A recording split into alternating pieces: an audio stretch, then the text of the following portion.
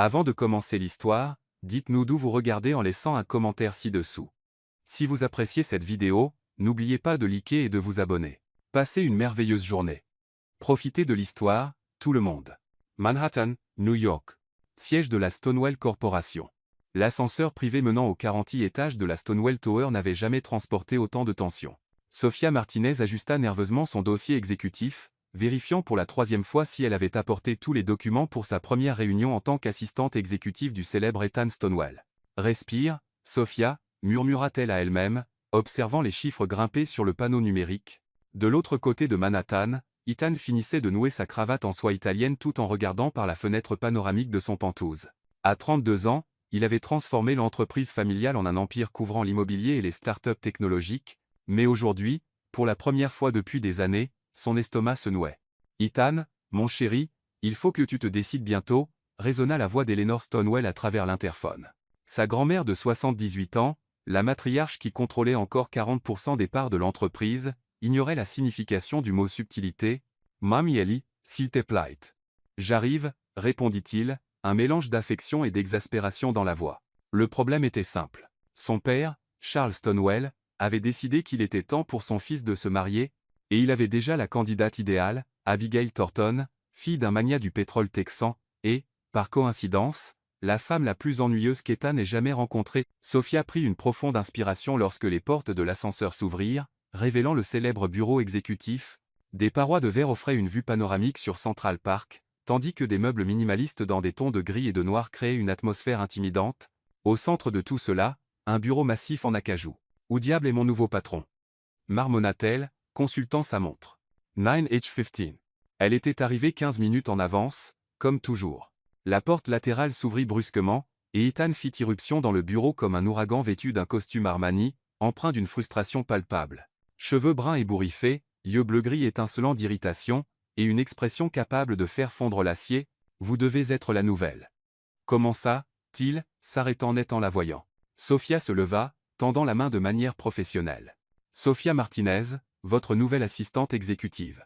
Enchanté de vous rencontrer, Monsieur Stonewall. » Pendant un instant, Ethan resta silencieux, étudiant la femme devant lui. Cheveux bruns ondulés rassemblés en un chignon élégant, yeux sombres intelligents, et un sourire confiant qui ne montrait pas une once d'intimidation. « Intéressant. »« Bien sûr, Sophia, » dit-il, lui serrant la main, notant la fermeté de sa poigne. « J'espère que vous êtes prête pour une journée intéressante. »« Je le suis toujours, Monsieur Stonewall. » Avant qu'il ne puisse répondre, son téléphone sonna.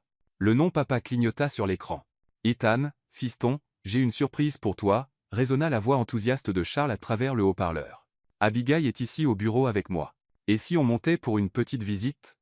Peut être déjeuner. »« Listen, dit Ethan Siglas. Papa, je t'ai dit que ce n'était pas un bon jour pour ces bêtises. Nous sommes déjà dans l'ascenseur. Abigail a hâte de te revoir. L'appel se termine. » Ethan regarda Sophia, qui essayait discrètement de faire semblant de n'avoir rien entendu. « Zut » marmonna-t-il, passant ses mains dans ses cheveux. « Sophia, j'ai besoin que vous. J'ai besoin que vous. » L'ascenseur tinta. Les portes s'ouvrirent, révélant Charles Stonewall, un homme de 58 ans avec le même regard déterminé que son fils, et Abigail Thornton, blonde platine, robe Chanel rose, et un sourire qui semblait peint sur de la porcelaine. « Ethan, chéri » avança Abigail vers lui, les bras ouverts. À cet instant, Ethan prit la décision la plus impulsive de sa vie. Sans réfléchir, il se tourna vers Sophia, prit son visage entre ses mains et l'embrassa. Ce n'était pas un baiser chaste ou poli. C'était un baiser passionné qui fit tomber le dossier de Sophia sur le sol et la poussa à saisir les revers de son costume pour ne pas vaciller. Le silence qui suivit fut assourdissant. « Ethan !» La voix choquée d'Abigail trancha l'air comme une lame. Il s'écarta lentement de Sophia, gardant ses mains sur son visage, plongeant son regard dans le sien. Il vit de la surprise, de la confusion, et quelque chose d'autre, quelque chose qui fit battre son cœur plus vite. « Papa, Abigail, » dit-il sans quitter Sophia des yeux, « je voudrais vous présenter ma petite amie, Sophia Martinez. » Le dossier de Sophia heurta le sol une seconde fois avec un bruit sourd. Elle avait essayé de le ramasser et l'avait laissé tomber à nouveau. « Votre quoi » bégaya Charles. « Petite amie » répéta Ethan, se tournant enfin vers sa famille, mais gardant un bras possessif autour de la taille de Sophia. « En fait, nous envisageons d'emménager ensemble bientôt. » Sophia le regarda comme s'il avait complètement perdu la tête, ce qui, à bien y penser, était être exactement le cas. Mais étant, dit Abigail, sa voix stridente devenant encore plus perçante, nous avions des projets, ton père a dit que tu étais intéressé à trouver le véritable amour. Ethan interrompit doucement, et je l'ai trouvé. Il regarda à nouveau Sophia, et cette fois, elle vit quelque chose de sincère dans ses yeux. N'est-ce pas, chérie? Sophia ouvrit la bouche, la referma, l'ouvrit à nouveau. Finalement, dans un moment de pure folie, elle décida de jouer le jeu. Bien sûr, mon cœur, dit-elle, le mot sonnant un peu étrange, mais elle sourit brillamment à Charles et Abigail. Ethan m'a tellement parlé de vous. Charles fronça les sourcils. Étrange, car il ne t'a jamais mentionné. Eh bien, dit Sophia, se surprenant elle-même par sa capacité à improviser, Ethan est très discret sur sa vie personnelle. N'est-ce pas, chérie? Exactement, répondit Ethan, la rapprochant de lui, feignant de ne pas remarquer comment elle se raidissait. Nous voulions être sûrs que c'était sérieux avant de le dire à la famille. Abigail laissa échapper un rire aigu et faux. Quelle incroyable coincidence. Tu trouves une petite amie exactement le jour où ton père organise notre rencontre. L'amour arrive quand on s'y attend le moins, dit Sophia avec douceur, et Ethan dut réprimer un sourire face au ton légèrement sarcastique. Le téléphone du bureau sonna, brisant la tension. Ethan répondit rapidement. Ethan, chérie, résonna la voix familière de grand-mère Eleanor à travers le haut-parleur. J'ai entendu dire que tu avais amené une jeune femme spéciale pour rencontrer la famille. Merveilleux. Venez dîner à la maison ce soir, tous. Et Sophia, chérie, oui, je connais ton nom. J'ai mes sources. J'espère que tu es prête pour une soirée intéressante. L'appel se termina avant que quiconque puisse protester. Ethan et Sophia se regardèrent. Il vit de la panique dans ses yeux, et elle vit probablement la même chose dans les siens. Eh bien, dit lentement Charles, on dirait une soirée en famille. Après que son père et Abigail furent enfin partis, Abigail marmonnant quelque chose à propos de vérification d'antécédents, Ethan et Sophia se retrouvèrent seuls dans le bureau. Le silence s'étira pendant de longues secondes. Alors, dit enfin Sophia, sa voix calme malgré un léger tremblement de ses mains, voudrais-tu m'expliquer pourquoi je viens de passer d'assistante à fausse petite amie en l'espace de quelques minutes? Ethan desserra sa cravate, paraissant soudain épuisé. Abigail Thornton. Nos parents ont cette brillante idée que ce serait un mariage parfait pour unir deux fortunes familiales, et je ne veux pas l'épouser. Je préférais épouser un cactus. Au moins, ce serait plus intéressant. Malgré tout, Sophia rit. D'accord, je comprends la motivation, mais pourquoi moi? Tu aurais pu inventer une petite amie imaginaire. Tu étais là, il marqua une pause. Et tu ne semblais pas intimidé par moi. Devrais-je l'être? La plupart des gens le sont. Sophia, l'étudia un instant. Tu te rends compte qu'on va devoir maintenir ce mensonge maintenant, non? Ta grand-mère n'est clairement pas naïve. Mamie Ellie est une force de la nature. Elle a déjà décidé qu'elle t'aime. Comment le sais-tu? Parce que si ce n'était pas le cas, elle aurait déjà trouvé un moyen d'annuler le dîner et de te faire disparaître mystérieusement. Sophia s'assit lourdement dans son fauteuil. Mon Dieu, dans quoi me suis-je embarqué? Ethan s'approcha, son expression devenant sérieuse. Écoute, Sophia, je sais que c'est fou. Si tu veux partir maintenant, je comprends parfaitement. Je peux inventer une excuse pour ma famille. Elle le regarda, voyant quelque chose de vulnérable dans ses yeux qui n'était pas là auparavant. Et Abigail, je trouverai un autre moyen de gérer ça. Sophia resta silencieuse un long moment. Puis, de manière surprenante, elle sourit. Tu sais quoi? Ma vie devenait un peu trop prévisible de toute façon. Cela signifie-t-il? Cela signifie, Ethan Stonewall, que tu viens de te trouver une fausse petite amie. Au moins pour ce soir. Elle se leva, lissant sa jupe. Mais si on va faire ça, on va le faire correctement. J'ai besoin de tout savoir sur toi. Nourriture préférée, hobby, comment nous nous sommes rencontrés, depuis combien de temps nous sommes ensemble. Ethan sourit, le premier sourire sincère qu'elle voyait sur son visage. Toi incroyable. Tu n'as encore rien vu. Sophia ramassa son dossier par terre. Maintenant, à propos de ce dîner. Ta grand-mère est-elle du genre à poser des questions inappropriées? Sophia, dit Ethan, son expression redevenant sérieuse, ma grand-mère, Eleanor Stonewall, est la femme qui a construit la moitié de l'empire financier de cette famille, elle peut faire pleurer des PDG de multinationales d'un seul regard. Génial, murmura Sophia. Aucune pression. Et une dernière chose, ajouta Ethan, paraissant légèrement embarrassé. Elle insiste un peu sur le fait que les couples sérieux devraient vivre ensemble. Pour vraiment connaître la personne, selon ses propres mots. Sophia le fixa. Dis-moi que tu ne sous-entends pas ce que je pense. Mon pantouse a 4 chambres. Ethan Stonewall, tu es officiellement faux. Probablement. Il lui tendit la main. Marché conclu, Sophia regarda la main tendue, puis son visage. Il y avait quelque chose d'irrésistible dans le mélange de vulnérabilité et de détermination dans ses yeux, contre tout bon sens, elle lui serra la main. Marché conclu. Mais tu me devras la plus grande explication de l'histoire. Marché conclu. Et c'est ainsi que Sofia Martinez passa d'assistante exécutive à fausse petite amie d'un milliardaire en un seul mardi matin. Elle ne savait pas encore qu'avant la fin de la semaine, elle se demanderait si les sentiments étaient vraiment si faux. Penthouse Deaton, Upper East Side, Manhattan. 3 heures plus tard, Sofia se tenait dans le hall en marbre du Penthouse d'Ethan, serrant un sac de voyage et remettant en question chaque décision de vie qu'il avait menée à ce moment. L'espace était exactement ce qu'elle attendait d'un célibataire milliardaire. Des fenêtres du sol au plafond donnant sur Central Park, des œuvres d'art moderne qui coûtaient probablement plus que son salaire annuel, et des meubles qui semblaient appartenir à un musée. « Bienvenue dans ma modeste demeure », dit Ethan, apparaissant à côté d'elle avec 2 tasses de café. Sa cravate avait disparu, ses manches s'étaient retroussées, et pour la première fois depuis leur rencontre, il semblait presque normal. « Modeste », répéta Sofia, acceptant le café avec gratitude. « Bien sûr, cet endroit est plus grand que tout mon immeuble. La chambre d'amis est au bout du couloir, 2e porte à droite. Elle a sa propre salle de bain. » Et Ethan, Sofia posa son café et se tourna face à lui. « Avant d'aller plus loin dans cette folie, nous devons établir des règles de base. » Il haussa un sourcil. « Des règles de base. Règle numéro 1. Chambre séparée, salle de bain séparée quand c'est possible, et tu frappes avant d'entrer dans une pièce où je suis. Raisonnable. Règle numéro 2. C'est temporaire. Nous trouvons un moyen de te sortir de cette situation de mariage arrangé, et ensuite nous revenons à notre relation patron-employé normale. » L'expression d'Ethan vacilla avec quelque chose qu'elle ne put identifier. Bin Sua. Règle numéro 3. Nous avons besoin d'une histoire crédible, et vite. Ma grand-mère semble du genre à nous interroger. Elle a déjà fait avouer une fraude fiscale à un PDG du Fortune 500 lors d'un dîner. Donc, oui, un interrogatoire est définitivement au programme. Sofia sortit son téléphone et ouvrit une nouvelle note. D'accord, commençons par les bases. Depuis combien de temps sortons-nous ensemble?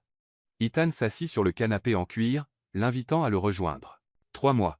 Assez longtemps pour être sérieux, pas trop pour que les gens se demandent pourquoi ils ne t'ont pas rencontré. Bien. Comment nous sommes-nous rencontrés? Tu aurais pu travailler dans une autre entreprise, et nous nous sommes rencontrés lors d'une conférence d'affaires. Sofia secoua la tête. Trop facile à vérifier. Et si, je travaillais à temps partiel dans un café tout en terminant mon MBA, et tu étais un client régulier? J'aime ça. Ça montre ton ambition. Ça explique pourquoi tu es qualifié pour être mon assistante. Ethan s'adossa, l'étudiant. Quelle est ta commande de café préférée? Latte vanille moyen avec un shot supplémentaire et du lait d'avoine. Et toi? Café noir, sans sucre. Apparemment, les opposés s'attirent. Malgré ses nerfs, Sofia sourit. Apparemment, oui. D'accord, et la progression de la relation? Quand sommes-nous devenus officiels? Après environ 6 semaines. Je t'ai officiellement invité à sortir après ton diplôme. Et quand as-tu réalisé que tu tombais amoureux de moi? La question lui échappa avant qu'elle ne puisse l'arrêter, et Sofia sentit la chaleur monter à ses joues. Je veux dire, pour l'histoire, au cas où ta grand-mère demanderait. Ethan resta silencieux un moment, ses yeux bleu-gris étudiant son visage avec une intensité qui la fit gigoter. Quand tu m'as dit que j'avais tort sur quelque chose devant une salle pleine de cadres, et au lieu d'être en colère, j'étais impressionné, c'est plutôt pas mal. Et toi? Quand es-tu tombé amoureux de moi? Sa voix était plus douce maintenant, presque curieuse. Le cœur de Sofia fit quelque chose d'étrange dans sa poitrine. Quand j'ai réalisé que sous toute cette arrogance, tu te souciais vraiment de faire ce qui est juste, même si tu avais une manière terrible de le montrer. Ils se regardèrent un instant, le prétexte semblant soudain moins fin. Ethan s'éclaircit la gorge. Nous devrions probablement pratiquer. Pratiquer quoi? Être un couple, l'affection physique, les petits noms, la manière dont les couples interagissent. Si nous sommes maladroits ce soir, Mamie Ellie le verra tout de suite. La bouche de Sofia devint sec. L'affection physique. Rien d'inapproprié, dit rapidement Ethan. Juste se tenir la main, peut être s'asseoir près l'un de l'autre. Le genre d'intimité décontractée qu'ont les vrais couples. D'accord. Intimité décontractée. Bien sûr. Sofia s'élève brusquement. Peut être qu'on devrait commencer par quelque chose de plus simple, comme les petits noms. Comment veux-tu que je t'appelle? Sofia réfléchit. Sofia, ça va bien. Peut être sauf si tu te sens décontracté. Et toi? Ethan, c'est bien. Nate si on estime formel. C'est tellement bizarre, murmura Sofia, se dirigeant vers la fenêtre. Je n'arrive pas à croire que je fais vraiment ça. Ethan la regarda marcher, notant la grâce inconsciente de ses mouvements, la manière dont la lumière de l'après-midi capturait les reflets dans ses cheveux. Sofia, si c'est trop. Non. Elle se retourna vers lui avec détermination. J'ai dit que je le ferais, et je le ferai. J'ai juste besoin d'une minute pour m'y faire. Son téléphone vibra avec un message texte. Elle y jeta un coup d'œil et fronça les sourcils. Tout va bien? Demanda Ethan. Tsest ma sœur. Elle veut savoir si je suis libre pour le dîner ce soir. Sophia répondit rapidement. Je lui dis que j'ai un rendez-vous. Tu pourrais lui dire la vérité. Sophia ricana. Bin sua. Salut, Isabella, tu te souviens de ce nouvel emploi que j'ai commencé aujourd'hui? Eh bien, je fais maintenant semblant de sortir avec mon patron milliardaire pour l'aider à éviter un mariage arrangé. Ça passerait super bien. Point Justin. Le téléphone d'Ethan vibra également. Il le vérifia, et son expression s'assombrit. Abigail. Que veut-elle? Se rencontrer pour boire un verre plus tard pour clarifier les choses à propos de ce matin. Ethan montra le message à Sophia. Elle ne va pas lâcher prise facilement. Que vas-tu lui dire? Que je suis occupé avec ma petite amie ce soir. Ethan commence à taper. Mais elle va continuer à insister. Abigail n'accepte pas bien le rejet. Sophia revint s'asseoir à côté de lui, assez près pour sentir son eau de Cologne, quelque chose de coûteux et subtilement masculin. Combien de temps avez-vous été impliqués tous les deux? Nous ne l'étions pas. C'est ça le problème.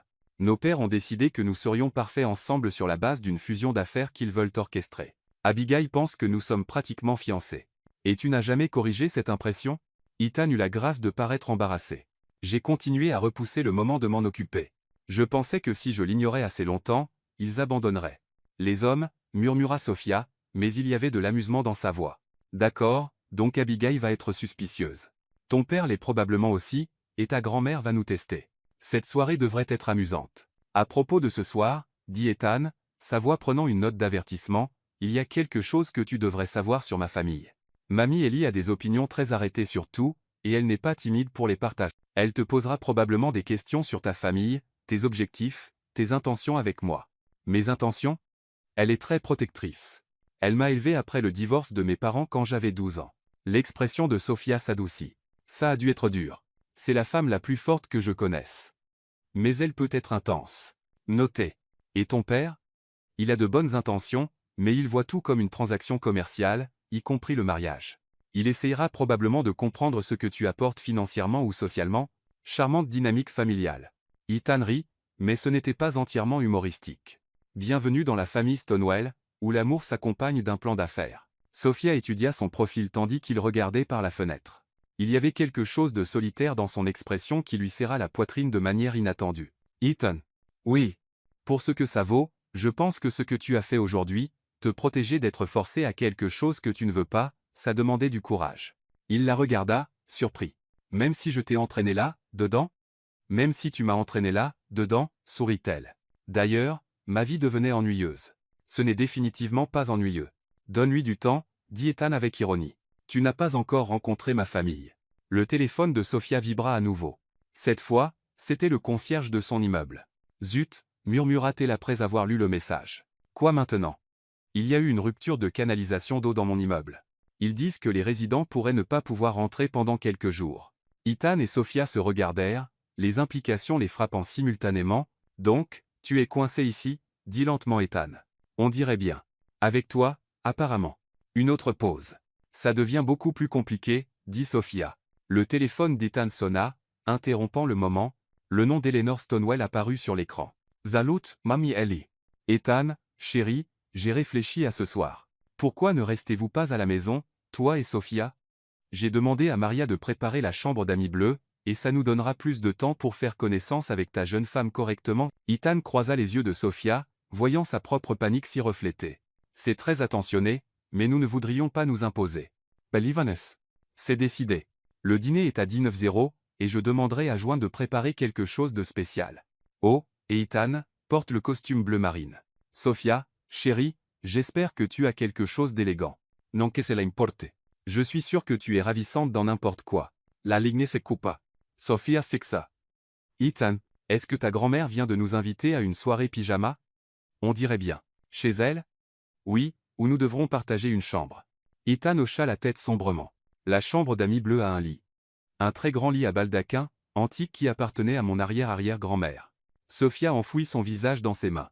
Ça devient hors de contrôle. Sophia, nous pourrions lui dire la vérité, offrit faiblement Ethan. Après la performance de ce matin, elle ne nous croirait jamais. De plus, je ne recule pas maintenant. Sophia releva la tête, son expression déterminée. Nous allons réussir. Tu es sûr? Je suis sûr. Elle se leva et lissa sa jupe. Maintenant, Si nous voulons convaincre ta grand-mère que nous sommes follement amoureux, nous ferions mieux de commencer à pratiquer cette intimité décontractée dont tu as parlé. Ethan se leva également, se rapprochant d'elle. Comment veux-tu commencer? La respiration de Sophia se bloqua alors qu'il entrait dans son espace personnel. De si près, elle pouvait voir des éclats d'argent dans ses yeux bleus, la légère barbe sur sa mâchoire, la manière dont ses lèvres s'incurvaient légèrement vers le haut au coin. Être en se tenant la main, suggéra-t-elle, sa voix sortant plus faible qu'elle ne l'aurait voulu. Ethan tendit la main lentement, lui laissant le temps de reculer. Lorsqu'elle ne le fit pas, il entrelaqua leurs doigts. Sa main était chaude, légèrement cailleuse malgré sa richesse, et plus grande que la sienne. « Ça va » demanda-t-il doucement. Sophia hocha la tête, ne faisant pas confiance à sa voix. Ce simple contact envoyait des étincelles inattendues dans son bras. « Nous devrions aussi pratiquer le fait de s'asseoir ensemble, » dit Ethan.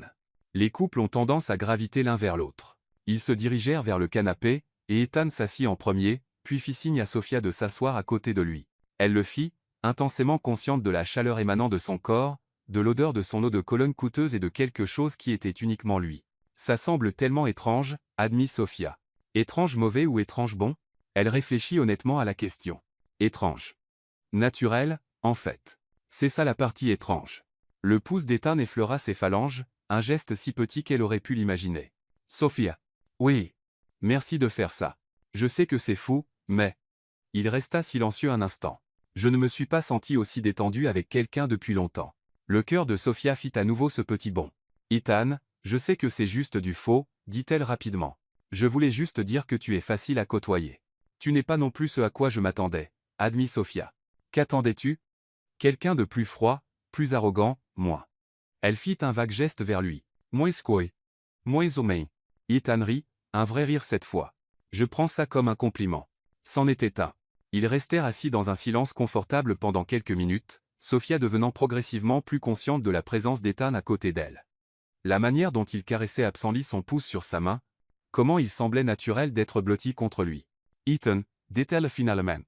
Sauf, ta famille va mourir. Il baissa les yeux vers elle, amusé. Comment peux-tu être si confiante? Sophia lui sourit. Parce que je suis génial. Évidemment, acquiesce Ethan. Et pendant un instant, en regardant son sourire éclatant et ses yeux pétillants, il faillit oublier que tout cela était du faux. Presque.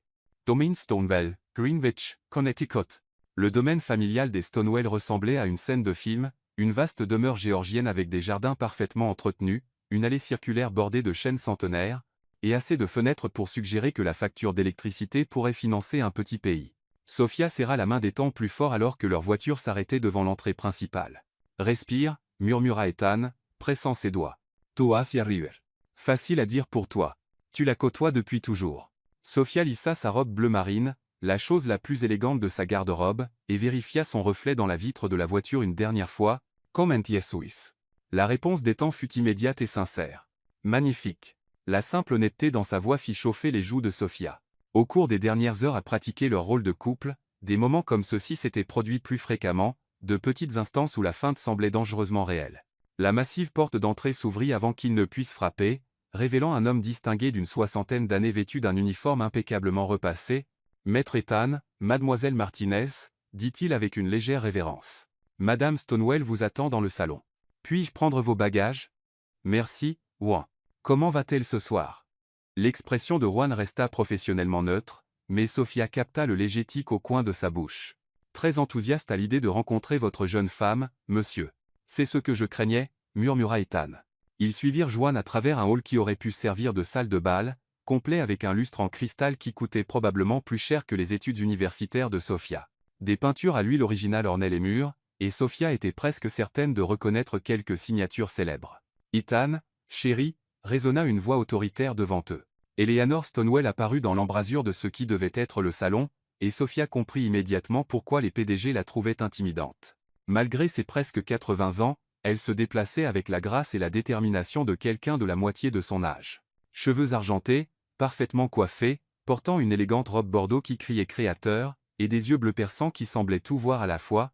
Mamie Ellie, Ethan s'avança pour embrasser sa joue, et Sophia fut frappée par la manière dont son comportement s'adoucissait en présence de sa grand-mère. « Je voudrais te présenter Sophia. » Eleanor tourna ses yeux pénétrants vers Sophia, qui eut l'impression d'être évaluée pour un achat.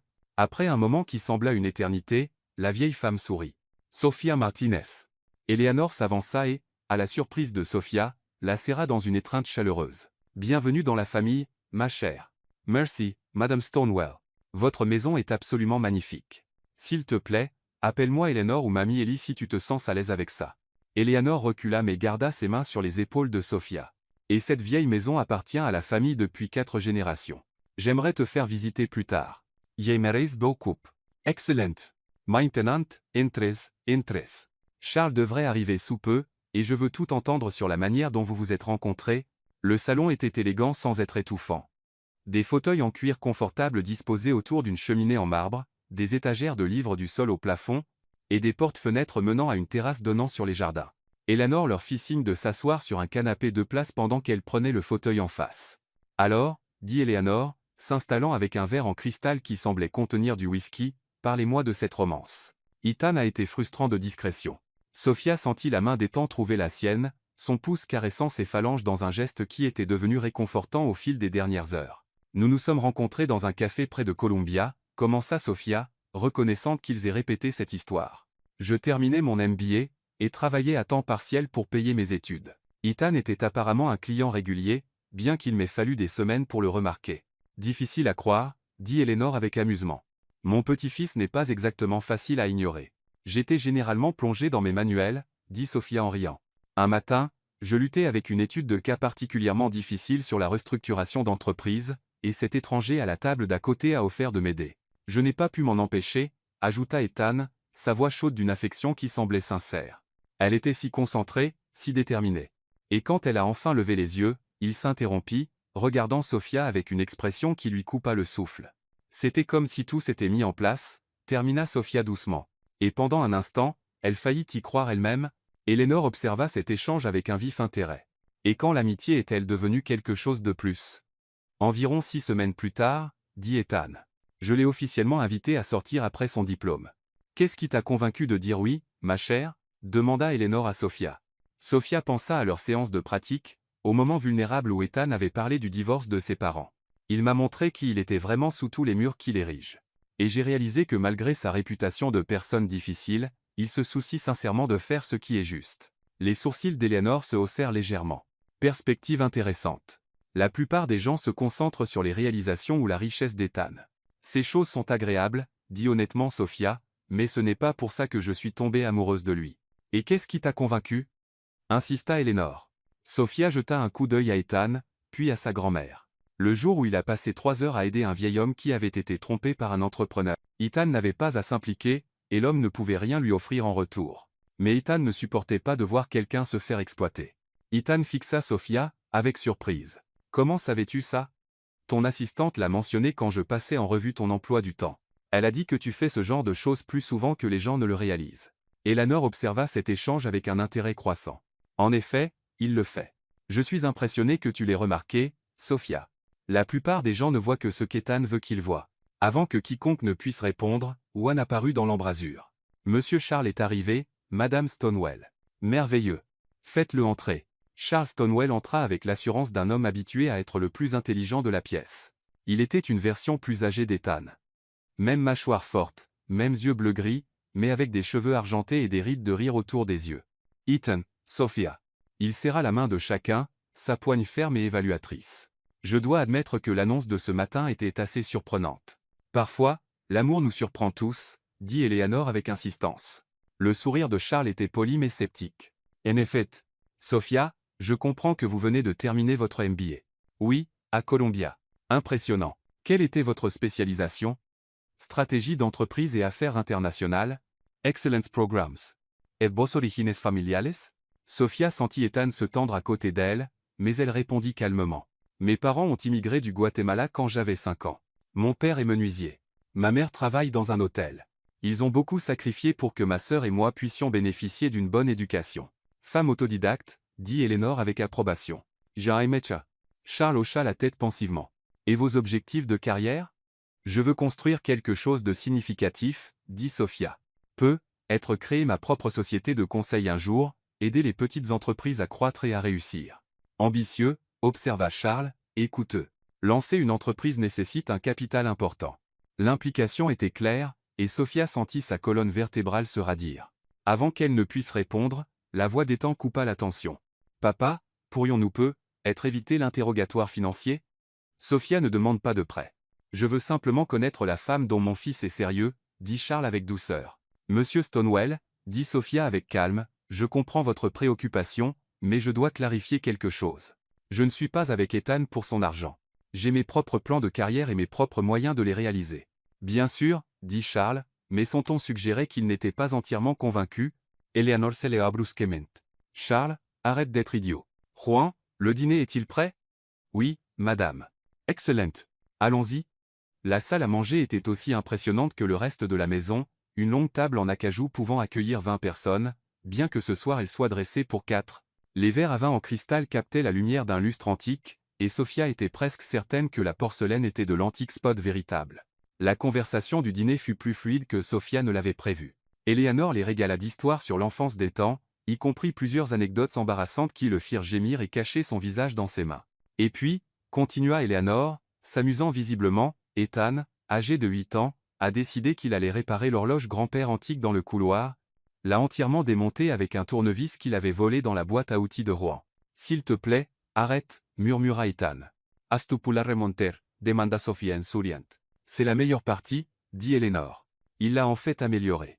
L'horloge était en retard depuis des années, et après la réparation des temps, elle gardait l'heure parfaitement. Il a toujours été comme ça, ajouta Charles, son expression s'adoucissant en regardant son fils. Il voit comment les choses pourraient être meilleures et ne se repose pas tant qu'il ne les a pas corrigées. Parfois, ça me cause des ennuis, dit Ethan, jetant un regard significatif à Sophia. Le meilleur type d'ennui, répondit Sophia, et elle fut récompensée par un de ses rares sourires sincères. Après le dîner, Eleanor suggéra de prendre le café sur la terrasse. La soirée était chaude pour octobre, et les jardins étaient illuminés par un éclairage paysager subtil qui rendait tout magique. Sophia, ma chère, ça te dérangerait de m'aider un instant dans la cuisine?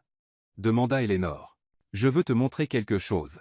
Sophia jeta un coup d'œil à Ethan, qui hocha la tête avec encouragement, bien qu'elle puisse voir l'inquiétude dans ses yeux. Dans la cuisine, Eleanor versa du café d'une machine à l'allure coûteuse pendant que Sophia se tenait maladroitement près de l'îlot.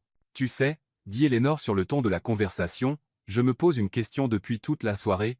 L'estomac de Sophia se noa. Oh? Ethan n'a jamais ramené une femme à la maison auparavant, pas une seule fois en 32 ans. Je suis honoré d'être la première. Eleanor se tourna pour lui faire face complètement, s'appuyant contre le comptoir, les bras croisés. Sophia, ma chère, je vais te poser une question, et je veux que tu répondes honnêtement. Binsua, es-tu amoureuse de mon petit-fils? La question frappa Sophia comme un coup physique. Elle ouvrit la bouche pour donner la réponse préparée, mais se retrouva figée sous le regard pénétrant d'Eleanor. Je commença Sophia, puis s'arrêta. La vérité était qu'après seulement un jour à prétendre être la petite amie d'Ethan, les lignes s'estompaient déjà d'une manière qui l'effrayait. Madame Stonewell, Eleanor, je tiens beaucoup à Ethan. Ce n'est pas ce que j'ai demandé. Sophia prit une profonde inspiration. Je pense que je pourrais être amoureuse de lui. Je veux dire, si nous. Elle s'interrompit, réalisant qu'elle s'aventurait en terrain dangereux. Eleanor l'étudia un long moment, puis sourit. Bonne réponse. Honnête, le véritable amour n'est pas quelque chose qui arrive du jour au lendemain, malgré ce que disent les films. C'est quelque chose qui grandit, que l'on choisit chaque jour. Eleanor prit le plateau de café. Je t'aime, Sophia Martinez. Tu es bonne pour lui. Comment pouvez-vous le savoir? Parce qu'en 3 heures que tu es ici, j'ai vu Ethan sourire plus que je ne l'ai vu ces 3 dernières années. Et quand il te regarde? Eleanor secoua la tête avec amusement. Disons simplement que ce garçon était pris, qu'il le sache ou non. Elles retournèrent sur la terrasse, où Ethan et Charles étaient plongés dans une conversation sur des affaires. Ethan se leva immédiatement en voyant Sophia, se rapprochant d'elle avec une protectivité inconsciente qui fit briller les yeux d'Eleanor. Tout va bien? Murmura-t-il à l'oreille de Sophia. Parfait, dit Sophia, et elle le pensait. Le reste de la soirée passa dans un flou de conversation facile et de confort croissant. Quand Eleanor annonça qu'il se faisait tard, Sophia avait presque oublié que tout cela était censé être faux. Juan vous montrera votre chambre, dit Eleanor, embrassant leurs joues. Le petit déjeuner est à 8h, mais ne vous sentez pas obligé de vous lever tôt. Vous êtes en vacances. Merci beaucoup pour votre hospitalité, dit Sophia. C'était merveilleux. Tout le plaisir est pour moi, ma chère. Dormez bien. La chambre d'amis bleus était au 2e étage, dans un couloir bordé de portraits de famille. Quand Juan ouvrit la porte et les laissa seuls, Sophia sentit ses nerfs revenir en force. La chambre était magnifique. Meubles antiques, papier peint bleu doux, et porte-fenêtre menant à un petit balcon, et au centre de tout cela, un lit à baldaquin massif qui semblait tout droit sorti d'un conte de fées. Alors, dit Sophia, fixant le lit. C'est grand. King size, conforme à Ethan. Et je peux dormir par terre. Il y a des couvertures supplémentaires dans le placard. Ne sois pas ridicule. Nous sommes tous les deux adultes. Nous pouvons partager un lit sans que ce soit bizarre. Ethan haussa un sourcil. Pouvons-nous? Les joues de Sophia chauffèrent. Bien sûr que nous pouvons. Ce n'est que dormir, non? Juste dormir. Ils restèrent là un moment de plus, la tension s'étirant entre eux. Je devrais probablement me changer, dit finalement Sophia. Oui, moi aussi. Ils se dirigèrent tous les deux vers leur sac en même temps, puis s'arrêtèrent, puis recommencèrent dans une danse maladroite qui les fit rire tous les deux. Toi d'abord, dit Ethan. Rouge. Merci. Sophia se changea rapidement en pyjama, un short en coton modeste et un débardeur qui semblait soudain bien trop révélateur pour partager un lit avec son faux petit ami.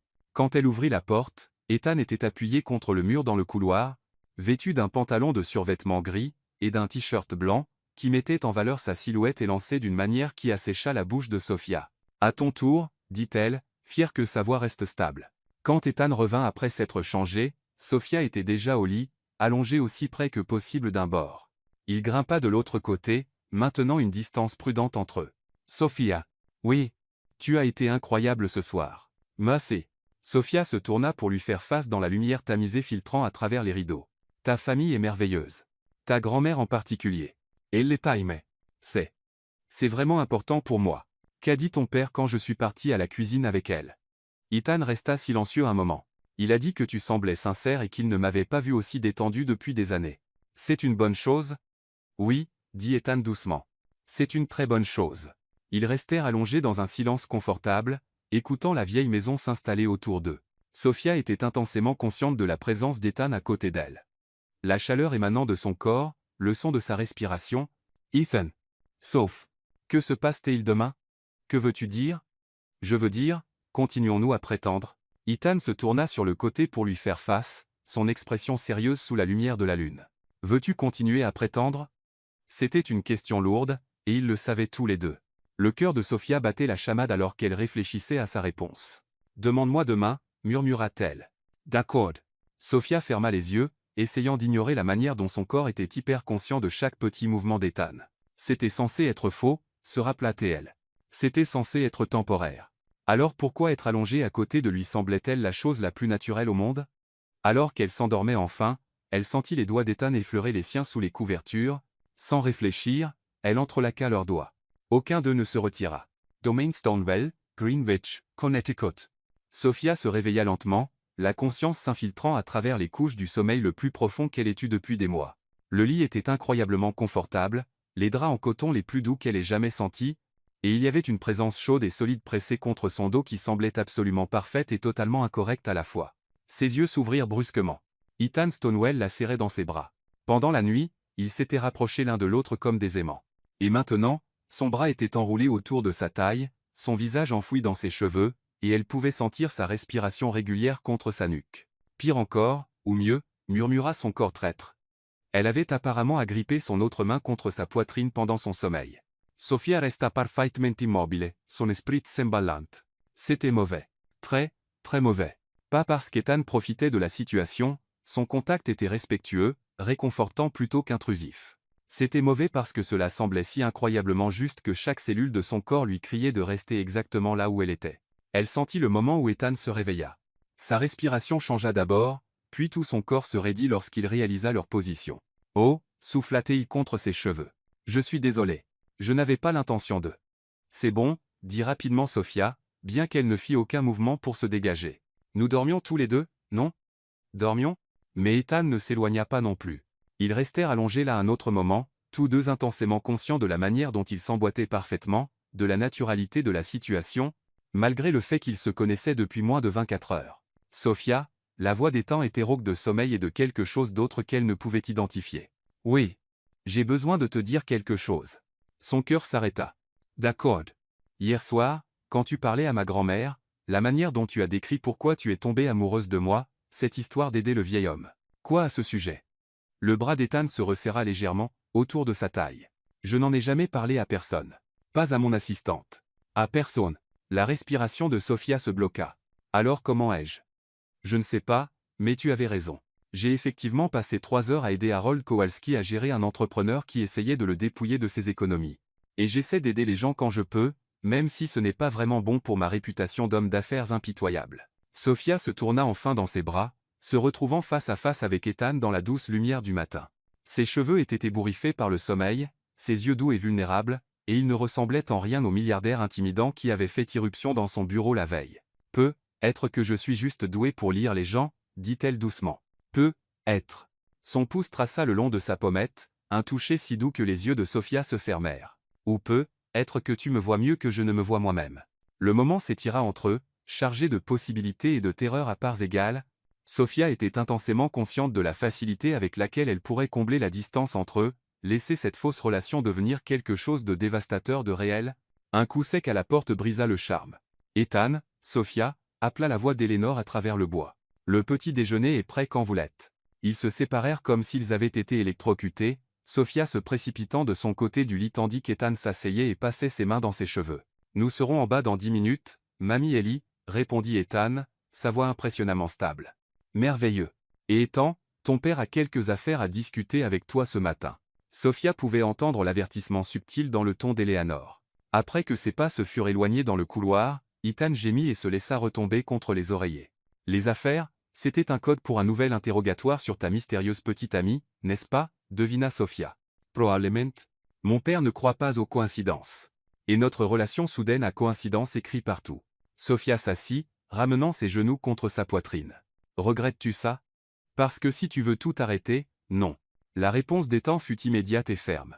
Sophia, j'aimais ce que j'ai dit hier soir. Tu as été incroyable avec ma famille. Et ce matin, il fit un vague geste vers le lit, l'espace entre eux, ça ne semble plus être du faux. Ethan, je sais que c'est faux. Je sais que nous nous connaissons à peine, mais je ne peux pas me défaire du sentiment que c'est la chose la plus honnête que j'ai faite avec quiconque depuis des années. Sophia le fixa, son cœur faisant des acrobaties dans sa poitrine. C'est censé être temporaire. Je sais. C'est censé être faux. Je sais. Ethan s'assit, prenant sa main. Sophia, je ne te demande pas de m'épouser. Je demande juste, pouvons-nous voir où ça nous mène? Vrai ou faux? J'aime t'avoir dans ma vie. Avant que Sophia ne puisse répondre, son téléphone vibra avec un message texte. Elle y jeta un coup d'œil et fronça les sourcils. Tout va bien? Demanda Ethan. C'est le gérant de mon immeuble. Les dégâts des eaux sont pires qu'ils ne le pensaient. Ils disent que ça pourrait prendre 2 semaines avant que les résidents puissent revenir. L'expression d'Ethan se transforma en quelque chose de soigneusement neutre. C'est malheureux, Ethan Stonewell. Es-tu heureux de ma crise de logement? Je ne serai jamais heureux de ton malheur, dit-il solennellement, puis sa bouche s'incurva vers le haut. Mais si ça signifie que tu dois rester dans mon pantouse un peu plus longtemps. Malgré tout, rit Sophia.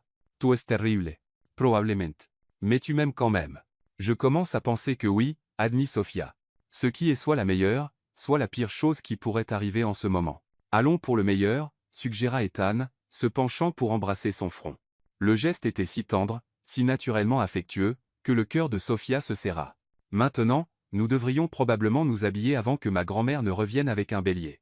20 minutes plus tard, ils descendirent pour trouver Eleanor et Charles déjà assis dans un coin petit déjeuner, ensoleillé donnant sur les jardins. La lumière matinale qui passait par les fenêtres donnait à tout l'aspect d'une scène de magazine. « Bonjour, vous deux, dit chaleureusement Eleanor. J'espère que vous avez bien dormi. » Sophia sentit la chaleur monter à ses joues en se souvenant exactement à quel point elle avait bien dormi, blottie contre la poitrine d'Ethan. « Très bien, merci. »« Excellent. Juan a préparé ses fameuses crêpes aux myrtilles. J'espère que vous avez faim. » Le petit déjeuner était impressionnant, fruits frais, pâtisseries artisanales, œufs bénédicts, et des crêpes qui sentaient divinement bon. Sophia tendit la main vers son café, lorsque Charles s'éclaircit la gorge. « Ethan, j'ai réfléchi à notre conversation d'hier soir. »« Quelle conversation ?» demanda prudemment Ethan. À propos des projets d'affaires de Sophia. Créer une société de conseil est un objectif ambitieux, mais cela nécessite un capital important et des relations. Charles se tourna vers Sophia avec ce qu'elle commençait à reconnaître comme son visage d'affaires. Avez-vous pensé aux aspects pratiques? Espace de bureau, acquisition de clients initiaux, coût de démarrage? Sophia posa sa tasse de café. J'ai un plan d'affaires détaillé. En fait, j'y travaille depuis 1 an. Impressionnant. Et votre stratégie de financement? Une combinaison d'économie personnelle, d'un prêt pour petite entreprise, et de travail acharné. Je crois en un démarrage maigre, et une croissance organique.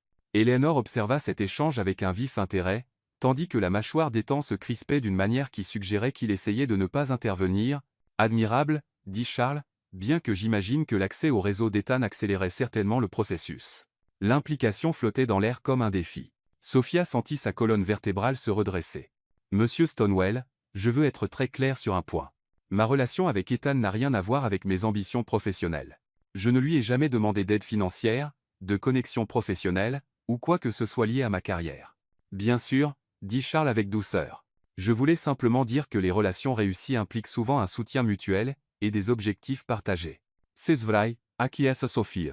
Mais elles impliquent aussi le respect, la confiance, et le fait de voir son partenaire comme un individu plutôt qu'un actif ou un passif.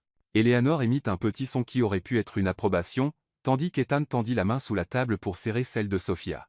Bien dit, concéda Charles. Je m'excuse si mes questions semblaient trop pragmatiques.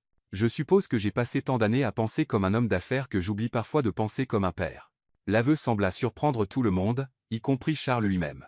L'expression d'Ethan s'adoucit. Papa, j'apprécie que tu veuilles me protéger, mais Sophia n'est pas Abigail Thornton. Elle ne s'intéresse pas à ce que je peux faire pour elle financièrement. Comment peux-tu en être si sûr? Demanda Charles. Vous n'êtes ensemble que depuis 3 mois. Parce que, dit Ethan, regardant directement Sophia, en 3 mois, elle ne m'a jamais rien demandé sauf de l'honnêteté. Et hier soir, quand tu l'interrogeais pratiquement sur ses motivations, elle s'est défendue au lieu de se cacher derrière moi. Sophia sentit ses joues chauffer face à l'admiration dans sa voix. De plus, continua Ethan avec un léger sourire, elle me donne envie d'être une meilleure personne. Ce n'est pas quelque chose qu'on peut feindre. Eleanor rayonna à cette déclaration tandis que Charles semblait pensif. Dans ce cas, dit finalement Charles, je te dois des excuses, Sophia. Mes préoccupations viennent d'un lieu d'amour, mais cela n'excuse pas ma grossièreté. Excuse acceptée, dit gracieusement Sophia. Je comprends que vous vouliez protéger votre famille. Excellent, dit Eleanor, frappant des mains. Maintenant que nous avons tous clarifié les choses, profitons du petit déjeuner. Sophia, parle-moi de ta famille. Ethan a mentionné que tes parents ont immigré du Guatemala. La conversation glissa vers un terrain plus sûr. Et Sophia se détendit en racontant le voyage de ses parents en Amérique, le travail de sa sœur Isabella comme enseignante, et la communauté soudée où elle avait grandi. Eleanor était une interrogatrice habile, tirant des histoires et des détails avec un intérêt sincère plutôt qu'un interrogatoire. Tes parents semblent merveilleux, dit Eleanor quand Sophia eut fini de décrire l'entreprise de menuiserie de son père. J'aimerais les rencontrer un jour. Ils aimeraient ça, dit Sophia, puis se retint. Rencontrerait-il Eleanor? Tout cela était censé être temporaire, mais assise ici sous la lumière matinale, à parler de famille et d'avenir, il était de plus en plus difficile de s'en souvenir. Le téléphone d'Ethan vibra, interrompant ses pensées. Il y jeta un coup d'œil, et son expression s'assombrit. Un problème? Demanda Eleanor. Abigail, dit Ethan sombrement. Elle veut se rencontrer pour déjeuner aujourd'hui pour discuter des récents développements. Vas tu ayer? Demanda Sophia. Je dois. Plus vite je serai clair avec elle, mieux ce sera. Charles fronça les sourcils. Fiston, tu dois gérer ça avec délicatesse. Le père d'Abigail est un partenaire commercial précieux. Je sais, papa, mais je ne peux pas continuer à la mener en bateau juste pour protéger une relation d'affaires. Bien sûr que non, dit fermement Eleanor. Ethan, dis à cette fille la vérité, que tu es amoureux de Sophia est totalement indisponible. Si George Thornton ne peut pas accepter que sa fille soit rejetée avec élégance, c'est son problème. Le cœur de Sophia bondit à l'utilisation désinvolte du mot amour par Eleanor, même si elle savait que c'était juste une partie de leur jeu. Je devrais probablement venir avec toi, dit Sophia. Si Abigail nous voit ensemble, le message sera plus clair. Ethan secoua la tête. Je ne veux pas te mettre dans cette position. Abigail peut être vindicative quand elle n'obtient pas ce qu'elle veut. Je peux gérer Abigail Thornton, dit Sophia avec une confiance qu'elle ne ressentait pas entièrement. Es-tu sûr, Ethan? J'ai géré des gens difficiles toute ma vie. Fais-moi confiance. Eleanor sourit avec approbation. J'aime cette fille de plus en plus chaque minute. Après le petit déjeuner, ils dirent au revoir avec la promesse de revenir bientôt. Eleanor serra Sophia fort, murmurant à son oreille, « Prends soin de lui, ma chère. Il a besoin de quelqu'un comme toi. » Le trajet de retour à Manhattan fut silencieux, chacun perdu dans ses pensées. Sophia se surprit à jeter des regards furtifs au profil d'Ethan, se souvenant de ce que ça faisait de se réveiller dans ses bras, de la tendresse dans sa voix quand il avait tracé sa pommette avec son pouce. « Un sou pour tes pensées ?» demanda Ethan, la surprenant en train de le fixer. « Je pensais juste à hier soir. Ta famille est vraiment spéciale. Ils t'aiment beaucoup. Ma grand-mère a demandé à Juan de t'ajouter à la liste des cartes de Noël. Sophia rit. Est-ce que ça rend ça officiel? Avec Mamie Ellie? Absolument. Tu fais partie de la famille maintenant, que tu le veuilles ou non. La déclaration désinvolte frappa Sophia comme un coup physique. Faire partie de la famille. C'était tout ce qu'elle avait toujours voulu, et tout ce qui l'effrayait dans cette situation. Ethan, dit-elle prudemment, que se passe-t-il quand tout cela sera fini? Quand tu n'auras plus besoin d'une fausse petite amie? Ethan resta silencieux si longtemps que Sophia pensa qu'il ne répondrait pas. Enfin, il dit, et si je te disais que je ne veux pas que ça se termine? Le cœur de Sophia s'arrêta. Que dis-tu? Je dis que ce qui a commencé comme une feinte commence à me sembler très réel. Et si tu es ouverte à ça, j'aimerais voir où ça nous mène, pour de vrai cette fois. Sophia fixa le paysage qui défilait par la fenêtre, son esprit s'emballant. Tout ce qui était logique lui disait que c'était une terrible idée. Ils se connaissaient à peine. Il était son patron. La dynamique de pouvoir était complètement faussée, ils venaient de mondes totalement différents. Mais son cœur chantait une toute autre mélodie. La dynamique de pouvoir complique les choses, dit-elle finalement. Alors, nous trouverons une solution. Peut-être que tu ne veux plus être mon assistante. Peut-être que tu veux lancer cette société de conseil, et je pourrais être ton premier client. Tu ferais ça, Ethan? À ce stade, je ferais n'importe quoi pour te garder dans ma vie. Le téléphone de Sophia sonna avant qu'elle ne puisse répondre. Le nom d'Isabella apparut sur l'écran. Ma sœur, expliqua Sophia à Ethan, puis répondit. Salut, Bella. Sophia Martinez, tu as 30 secondes pour expliquer pourquoi je viens de voir une photo de toi et Ethan Stonewell sur page 6. Listen de Sophia Siglas. Quoi? Page 6? Tu sais, la section des potins? Il y a une photo de vous deux vous tenant la main devant un restaurant chic. Et la légende dit, le milliardaire Ethan Stonewell sort avec une nouvelle mystérieuse. Veux-tu expliquer?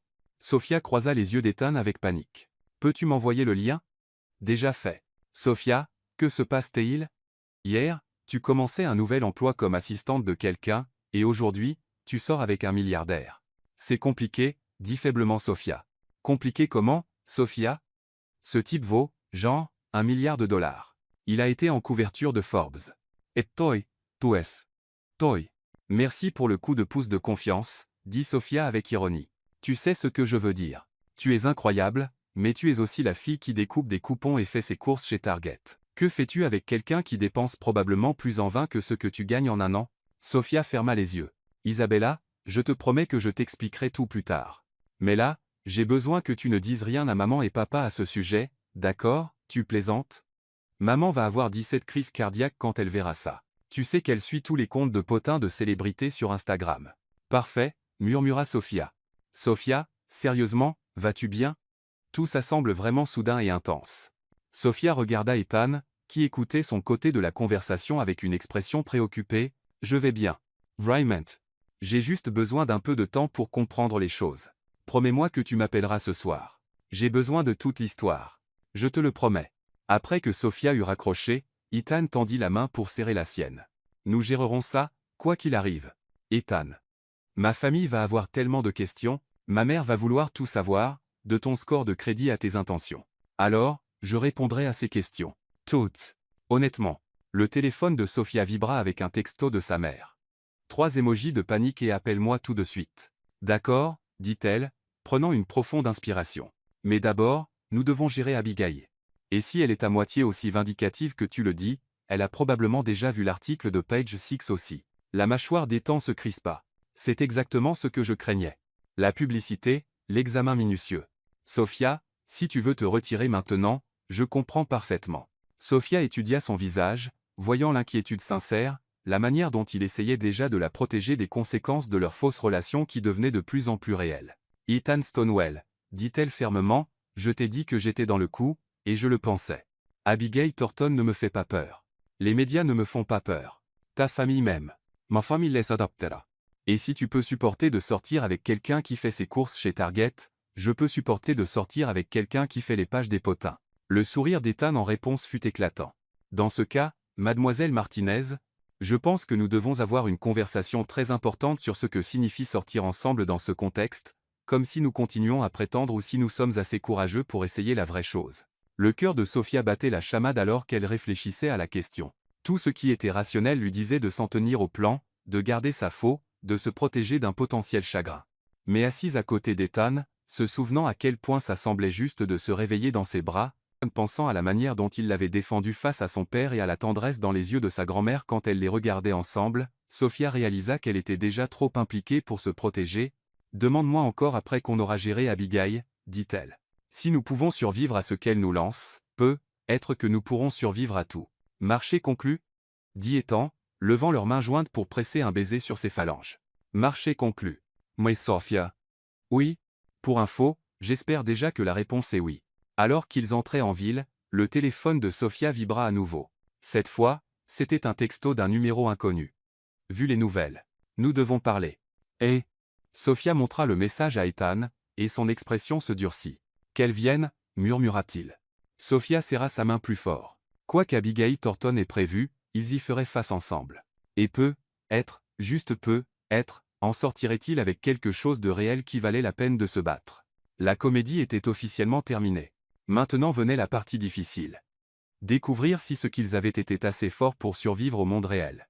Hotel Plaza, Manhattan, New York. Abigail Thornton avait choisi l'Oak Room au Plaza pour leur confrontation, et Sophia devait admettre que c'était une manœuvre de pouvoir. La salle à manger opulente, avec ses lustres en cristal et son plafond orné de feuilles d'or, était conçue pour intimider. Abigail était assise à une table d'angle, portant un tailleur Chanel blanc qui coûtait probablement plus cher que le loyer mensuel de Sophia, ses cheveux blonds platine coiffés en un chignon parfait, ses lèvres rouges incurvées, dans ce qu'on pourrait généreusement appeler un sourire. Sophia s'était habillée soigneusement pour cette rencontre. Une veste bleu marine sur un chemisier en soie crème, ses cheveux tirés en un chignon élégant, des bijoux minimaux mais élégants. Elle voulait avoir l'air professionnelle, confiante, et totalement imperméable à la richesse et aux relations d'Abigail. Ethan marchait à ses côtés, sa main reposant de manière protectrice sur le bas de son dos. En naviguant à travers le restaurant, Sophia pouvait sentir les regards curieux des autres convives.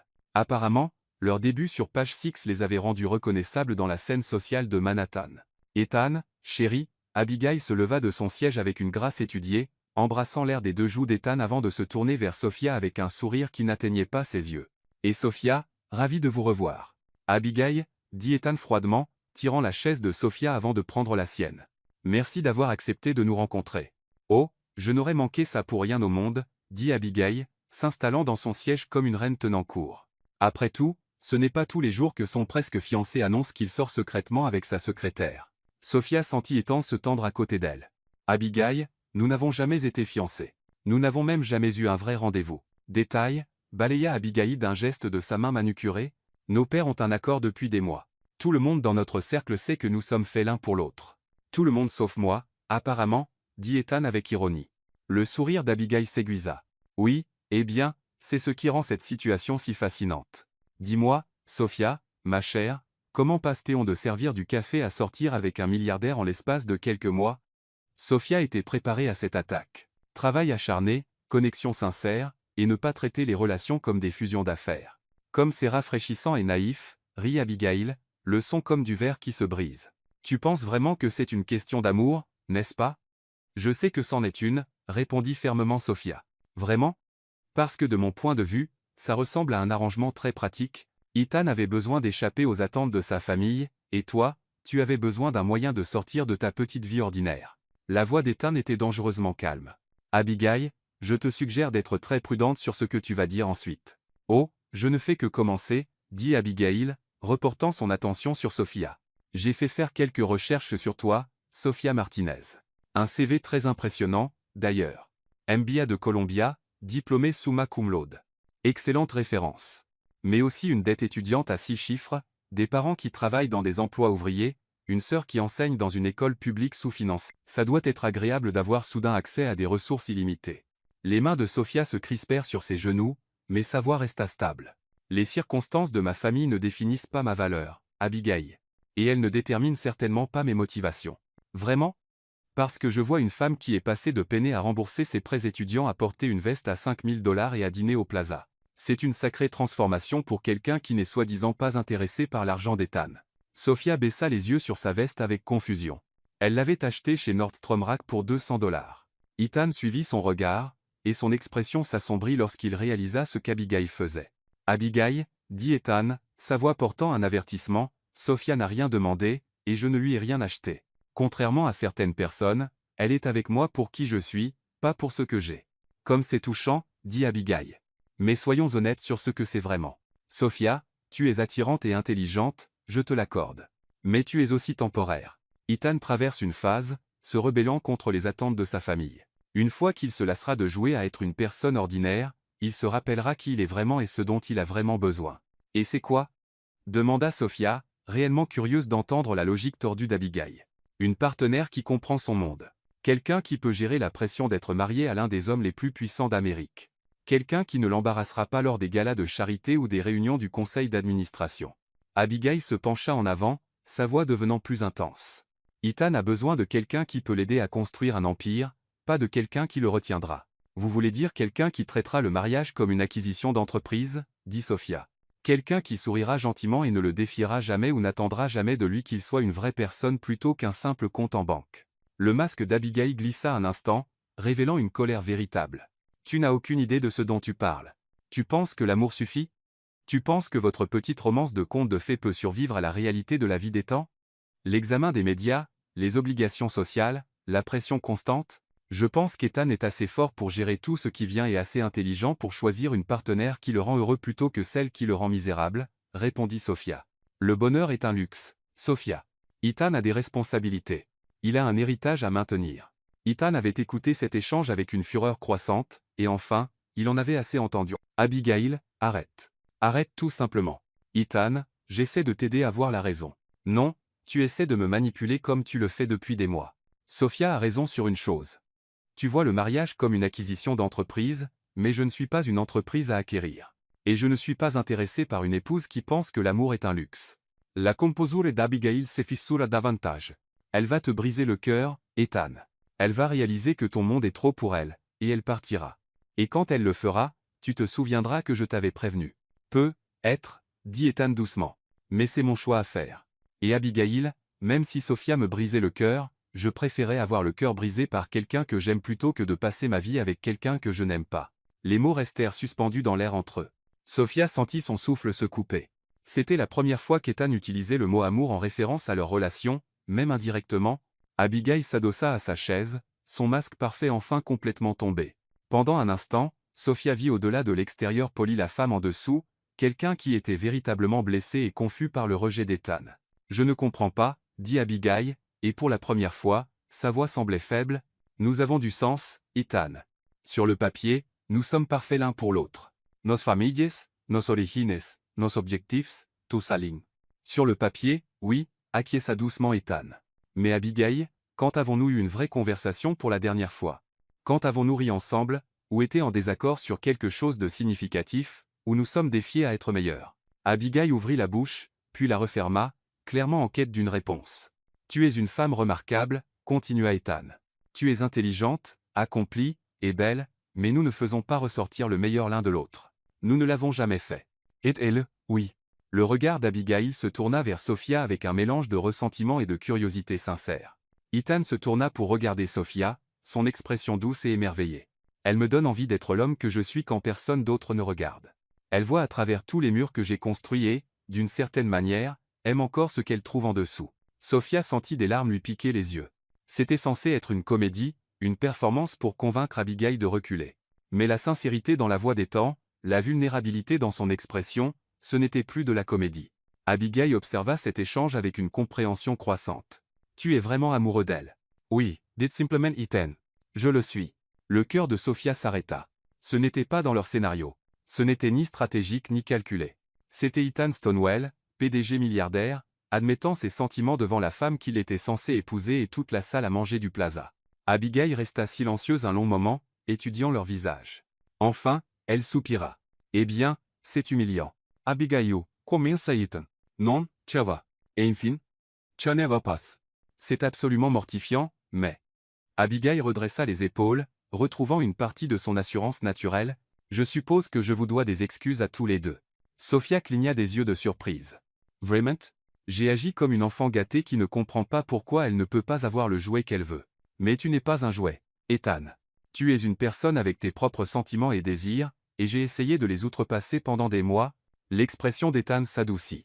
Abigail, j'aurais dû être plus clair sur mes sentiments dès le début. J'ai été lâche, et je suis désolé pour ça. Oui, tu l'as été, acquiesça Abigail avec un léger sourire. Mais je n'écoutais pas non plus quand tu essayais de me le dire. J'étais tellement convaincu que je savais ce qui était le mieux pour nous deux que je n'entendais pas ce que tu disais vraiment. Elle se tourna vers Sophia, son expression devenant plus pensive. Sophia, je te dois aussi des excuses. Mes commentaires sur tes origines et tes motivations étaient injustes et méchants. J'ai attaqué parce que je me sentais menacée. Menacée par moi? Demanda Sophia, sincèrement surprise. Parce que tu représentes. Tu es tout ce que je ne suis pas, authentique, sans prétention, capable d'aimer quelqu'un sans calculer ce que tu obtiendras en retour. J'ai passé tellement de temps à penser stratégiquement que j'ai oublié comment ressentir sincèrement. Sophia ressentit une soudaine vague de sympathie pour l'autre femme. Abigail, ça ne fait pas de toi une mauvaise personne. Ça fait de toi quelqu'un qui a été appris que les émotions sont des faiblesses au lieu de force. Peut être. Abigail sourit, et pour la première fois, son sourire atteignit ses yeux. Tu sais, je crois que je t'aime vraiment, Sophia Martinez. Ce qui est extrêmement gênant, vu que je prévoyais de te détester pour toujours. Malgré tout, Sophia rit. Je t'aime aussi quand tu ne menaces pas de détruire ma vie. À ce sujet, dit Abigail, paraissant légèrement embarrassée. J'ai être passé quelques appels ce matin à des chroniqueurs de potins, des blogueurs de société, ce genre de choses. Je prévoyais de rendre ta vie assez difficile. L'expression d'Ethan se durcit. Abigail. Mais je vais réparer ça, dit-elle rapidement. Je vais tout les rappeler et leur dire que j'avais tort, que vous êtes parfaitement adorables ensemble, et que quiconque dit le contraire devra faire face à moi. Sophia Aussaunsursil. Pourquoi ferais tout ça? Parce que, dit Abigail, ramassant son sac à main et se levant, quelqu'un qui peut faire admettre à Ethan Stonewall qu'il est amoureux au milieu du plaza mérite d'être protégé, pas détruit, et parce que je suis fatigué d'être la méchante dans l'histoire d'amour de tout le monde. Elle s'arrêta, les regardant tous les deux. Pour ce que ça vaut, je pense que vous êtes bons l'un pour l'autre. Ethan, Sophia Terrent, plus human. Et Sophia, Ethan t'aidera à réaliser que tu es extraordinaire, pas ordinaire. Abigail, dit Ethan, se levant également, que vas-tu dire à ton père et au mien? Abigail haussa élégamment les épaules. Que tu es indisponible, et que je passe à autre chose. Papa sera déçu à propos de la fusion d'affaires, mais il survivra. Quant à ton père, eh bien, il devra accepter que son fils est capable de prendre ses propres décisions en matière d'amour. Elle se tourna pour partir, puis s'arrêta. Oh, et Sophia, cette veste n'est pas à 5000 $. J'essayais de te déstabiliser, mais elle te va très bien. Sur ce, Abigail Thornton quitta le plaza avec le même panache dramatique qu'elle avait utilisé pour entrer, laissant Ethan et Sophia assis dans un silence stupéfait. Est-ce que ça vient vraiment d'arriver? Demanda finalement Sophia. Je crois qu'Abigail Thornton vient de nous donner sa bénédiction, dit Ethan, paraissant aussi confus que Sophia le ressentait. Et tu viens de lui dire que tu m'aimes? Ethan se figea. Sophia, devant la moitié de l'élite sociale de Manhattan. Je me suis laissé emporter par le moment. Si tu veux t'en tenir à l'histoire de la fausse relation. Ethan. Sophia tendit la main à travers la table pour prendre la sienne. C'était réel? Ce que tu as dit à Abigail? Ethan baissa les yeux sur leurs mains jointes, puis releva les yeux vers son visage. Chaque mot. Le cœur de Sophia battait à tout rompre. Même la partie sur l'amour? Surtout cette partie. Le pouce d'Ethan traça ses phalanges. Je sais que c'est fou. Je sais que nous nous connaissons depuis seulement 2 jours, mais Sophia, je n'ai jamais ressenti pour personne ce que je ressens pour toi. Que ressens-tu pour moi? Ethan resta silencieux un moment, choisissant soigneusement ses mots, comme si j'avais retenu mon souffle toute ma vie, et que tu es la première personne qui m'a donné envie de respirer à nouveau. Comme si j'avais joué un rôle pendant si longtemps que j'avais oublié qui j'étais vraiment, jusqu'à ce que tu arrives et vois le vrai moi. Bref, Sophia, ce qui a commencé comme une comédie est devenu la chose la plus réelle de ma vie. Sophia étudia son visage, la vulnérabilité dans ses yeux, la manière dont il se tenait si prudemment, comme s'il était préparé à ce qu'elle s'enfuit à tout moment. Cet homme, qui dirigeait des salles de conseil et prenait des décisions à des millions de $, était terrifié à l'idée qu'elle ne ressente pas la même chose. Puis-je te dire quelque chose? Dit-elle doucement.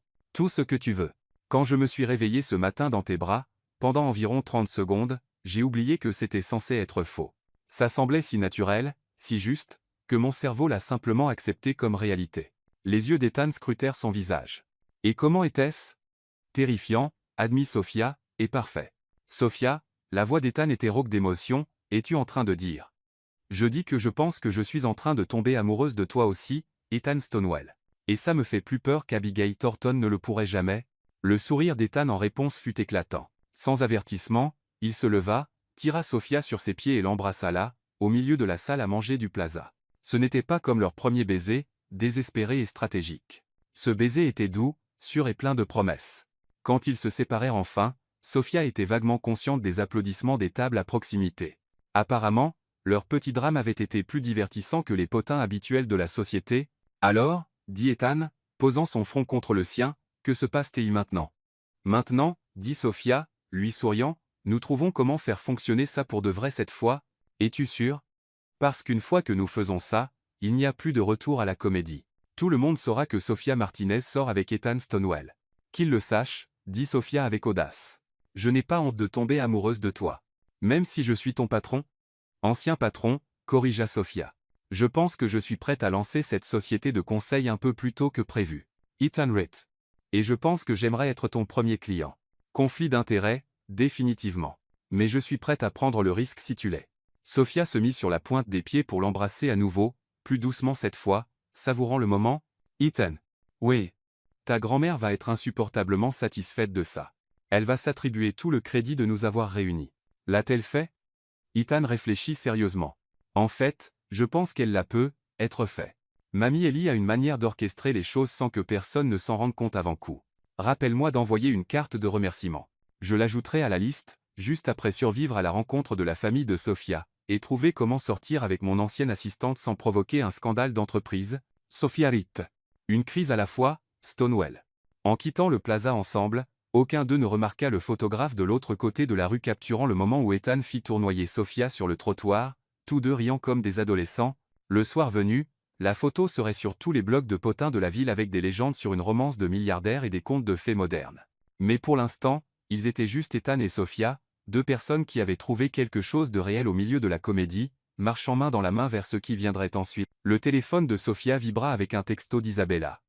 Ok, maintenant j'ai besoin de toute l'histoire. Appelle-moi immédiatement. Le téléphone détend Tintin avec un message d'Eleanor, vu les nouvelles. Bien joué, chérie. Dîner dimanche à 18h. Ne sois pas en retard. Ils se regardèrent, et éclatèrent de rire. Prêt pour ça? Demanda Ethan. Qu'ils viennent, dit Sophia, serrant sa main plus fort. Et alors qu'ils disparaissaient dans la foule new-yorkaise, tous deux savaient que quels que soient les défis à venir, drames familiaux, attention des médias, complications d'entreprise, ils les affronteraient ensemble. Après tout, ils avaient déjà survécu à Abigail Thornton. Tout le reste serait facile. 3 mois plus tard, Penthouse d'Ethan, Upper East Side. Sophia Martinez Stonewell, elle s'habituait encore au nom composé, se tenait devant les fenêtres du sol au plafond de ce qui était désormais officiellement leur penthouse, observant le soleil se coucher sur Central Park, tout en tenant une tasse de café qui était depuis longtemps devenue froide. Les 3 derniers mois avaient été un tourbillon de changements qui la laissait encore étourdie quand elle y pensait trop. Sa société de conseil, Martinez Strategic Solutions, avait officiellement été lancée il y a 6 semaines avec Ethan comme premier client, bien qu'elle ait rapidement acquis 3 autres clients lorsque le bouche à oreille s'était répandu sur son approche innovante de la restructuration d'entreprise. L'ironie ne lui échappait pas que sa fausse relation avait conduit à une opportunité de carrière bien réelle qui n'avait rien à voir avec les relations d'Ethan, et tout, à voir avec ses propres capacités. Enfin, presque rien à voir avec les relations d'Ethan. Elle mentirait si elle disait que le nom Stonewell n'ouvrait pas des portes, mais elle avait veillé à prouver sa valeur par ses propres mérites une fois ses portes ouvertes. Tu réfléchis trop fort encore, dit la voix d'Ethan derrière elle, chaude d'affection et teintée d'amusement. Je peux presque entendre les engrenages tourner depuis la cuisine. Sophia se tourna pour le trouver appuyé contre le chambranle de la porte, portant encore son costume de travail, mais avec la cravate desserrée et les manches retroussées. Même après 3 mois à se réveiller à ses côtés, la vue d'Ethan Stonewell, ébouriffé et domestique, faisait encore faire des petits bonds à son cœur. Je réfléchis juste à quel point ma vie est devenue bizarre, dit-elle, s'avançant vers lui. Il y a 6 mois. Je mangeais des nouilles ramen pour le dîner et je stressais à propos des remboursements de prêts étudiants. Maintenant, je suis marié à un milliardaire et je dirige ma propre entreprise. Techniquement, nous sommes mariés depuis seulement 2 semaines, souligna Ethan, glissant ses bras autour de sa taille et la rapprochant, et tu allais toujours diriger ta propre entreprise. J'ai juste accéléré le calendrier. 2 semaines de mariage, 3 mois ensemble, et ça semble toujours irréel, admit Sophia, posant ses mains sur sa poitrine. Parfois, je me demande si je vais me réveiller et découvrir que tout cela n'était qu'un rêve élaboré. L'expression d'Ethan devint sérieuse. Sophia, regrettes-tu quoi que ce soit? La vitesse à laquelle nous avons avancé, le mariage, l'attention des médias? C'était une question légitime. Leur relation s'était déroulée sous les yeux du public avec une intensité parfois écrasante. L'annonce des fiançailles, après seulement 2 mois ensemble, avait mis les chroniqueurs de potins en ébullition. Le mariage, Une cérémonie élégante et intime au domaine Stonewall avec seulement la famille proche, avait quand même généré 3 couvertures de magazines et d'innombrables articles de blog sur des histoires de Cendrillon modernes. La famille de Sophia avait été choquée mais soutenant, bien que sa mère regarde encore parfois Ethan comme s'il risquait de disparaître si elle clignait trop fort des yeux. La famille d'Ethan avait été ravie, Eleanor Stonewall s'attribuant tout le crédit pour avoir orchestré leur romance et laissant déjà entendre des allusions à des arrière-petits-enfants. Non, dites fermement Sophia. Je ne regrette rien. Ça a été écrasant, mais Ethan, je n'ai jamais été plus heureuse. Même quand les reporters campaient devant la maison de mes parents, ou quand cette horrible femme au gala de charité a fait ses commentaires sur mes origines, ou quand le Wall Street Journal a écrit cet article entier spéculant sur si j'étais une chercheuse d'or ou un génie, même à travers tout ça, je n'ai jamais douté que c'est exactement là où je suis censé être. Les bras d'Ethan se resserrèrent autour d'elle. L'article du Wall Street Journal avait été particulièrement brutal, remettant en question tout, des motivations de Sophia à ses qualifications et à son impact sur les décisions commerciales d'Ethan.